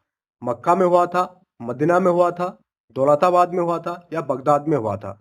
तो मोहम्मद पैगंबर का जन्म जो है मक्का में हुआ था। कहां पर हुआ था? मक्का में हुआ था। नेक्स्ट क्वेश्चन आपसे पूछा जा रहा है कि भगवान गौतम बुद्ध के जीवन काल में प्राचीन भारत में कितने महाजनपद या महान राज्य मौजूद थे? भगवान बुद्ध के जीवन काल में जो प्राचीन भारत का उस टाइम सिस्टम चल रहा था, प्राचीन भारत में उस टाइम कितने जनपद थे? 16 टोटल 16 महाजनपद सिचुएटेड था, जिसे हम लोग महान राज्य के नाम से जानते हैं। क्या क्या कहा जाता है? महाजनपद या महान राज्य एक ही चीज है। जो गौतम बुद्ध के टाइम का प्राचीन भारत का जो है सिस्टम था, इसमें 16 महाजनपद ऑल ओवर इंडिया में राज कर रहा था। नेक्स्ट क्वेश्चन आपसे पूछा जा रहा है कि हड़प्पा वासी किस प्रकार की प्राचीन लिपि का उपयोग करते थे? तो हड़प्पा वासी जो है चित्र लिपि का प्रयोग करते थे। नेक्स्ट क्वेश्चन आपके पास कि सिंधु सभ्यता का प्राचीन बंदरगाह कौन सा है? तो लोथल जो है आपका सिंधु सभ्यता का प्राचीन बंदरगाह है। नेक्स्ट आपके पास कि निम्नलिखित में से कौन सा शहर सिंधु घाटी सभ्यता का हिस्सा था? तो कौन सा शहर सिंधु घाटी सभ्यता का हिस्सा था पूछा गया है। तो आपका हड़प्पा जो है सिंधु घाटी सभ्यता का हिस्सा था। नेक्स्ट क्वेश्चन आपके पास कि शिव समुद्रम एक द्वीप है जिसका निर्माण किस नदी पर हुआ है? ये कल भी था, ये क्वेश्चन कल के स्लाइड में भी। तो ये भी आपको कमेंट बॉक्स में कमेंट करके बताना है कि शिव समुद्रम कौन सा एक द्वीप है और इसका निर्माण किस नदी द्वारा हुई है। नेक्स्ट क्वेश्चन आपके पास कि निम्नलिखित में से कौन सी भारत की सबसे बड़ी ताजा पानी की झील है? कौन सा है आपका? बुलर झील भारत का सबसे बड़ी ताजे पानी का झील है। तो आज के सेशन में लगभग 30 क्वेश्चन हम लोग डिस्कस किए और जैसे कि आपसे वादा किए थे कि अब सेशन में क्वेश्चन नंबर ऑफ क्वेश्चन आपको बढ़ा हुआ देखने को मिलेगा और अब हम लोग 25 से 30 और इसी प्रकार से 100 तक लेके जाएंगे और एग्जाम से पहले आपका लगभग 10,000 क्वेश्चन पेपर थर्ड में आपका याद हो जाएगा विथ कॉन्सेप्ट। तो सेशन कैसा लगा कमेंट बॉक्स में कमेंट करके बताएंगे, सेशन का फीडबैक जरूर दीजिएगा और साथ ही साथ वीडियो को लाइक कीजिएगा, चैनल में नए हैं तो चैनल को सब्सक्राइब कर लीजिएगा। सो मिलते हैं कल के सेशन में। That's all for today, thank you.